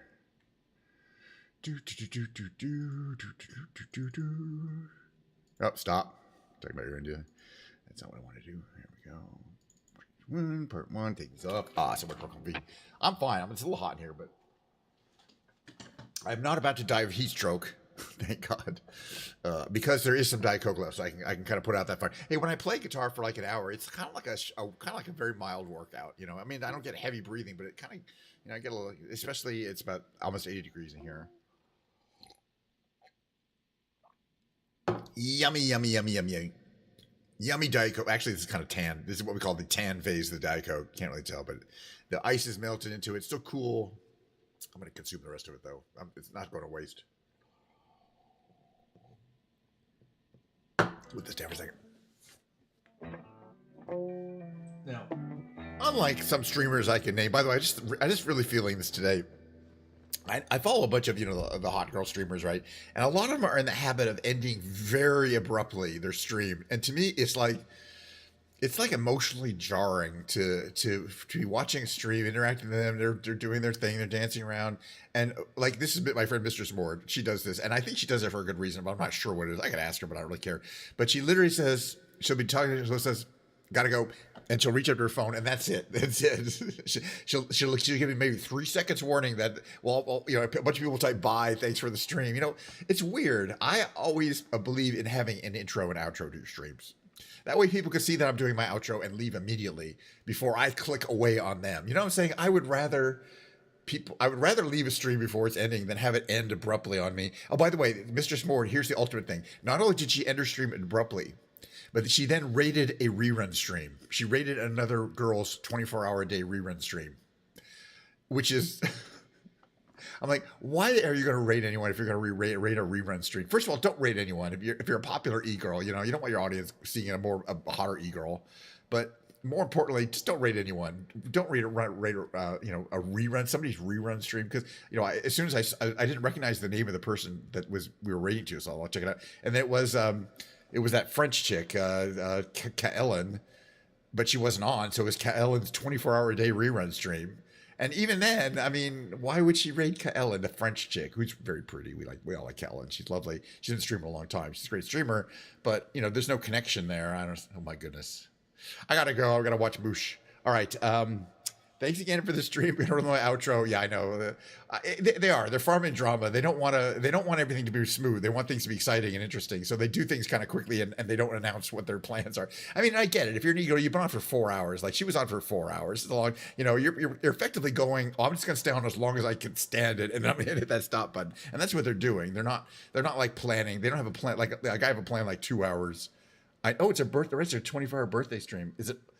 Oh, it's over in 15 minutes. All right, I gotta go. All right, but anyway,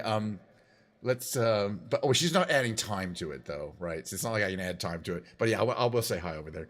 Anyway, I'm gonna run my outro. If you want more stream, 11:30 a.m. Pacific time, whenever I normally start my stream. Tomorrow is a Sunday. It'll be a nice long 2-hour stream. They'll be flying around.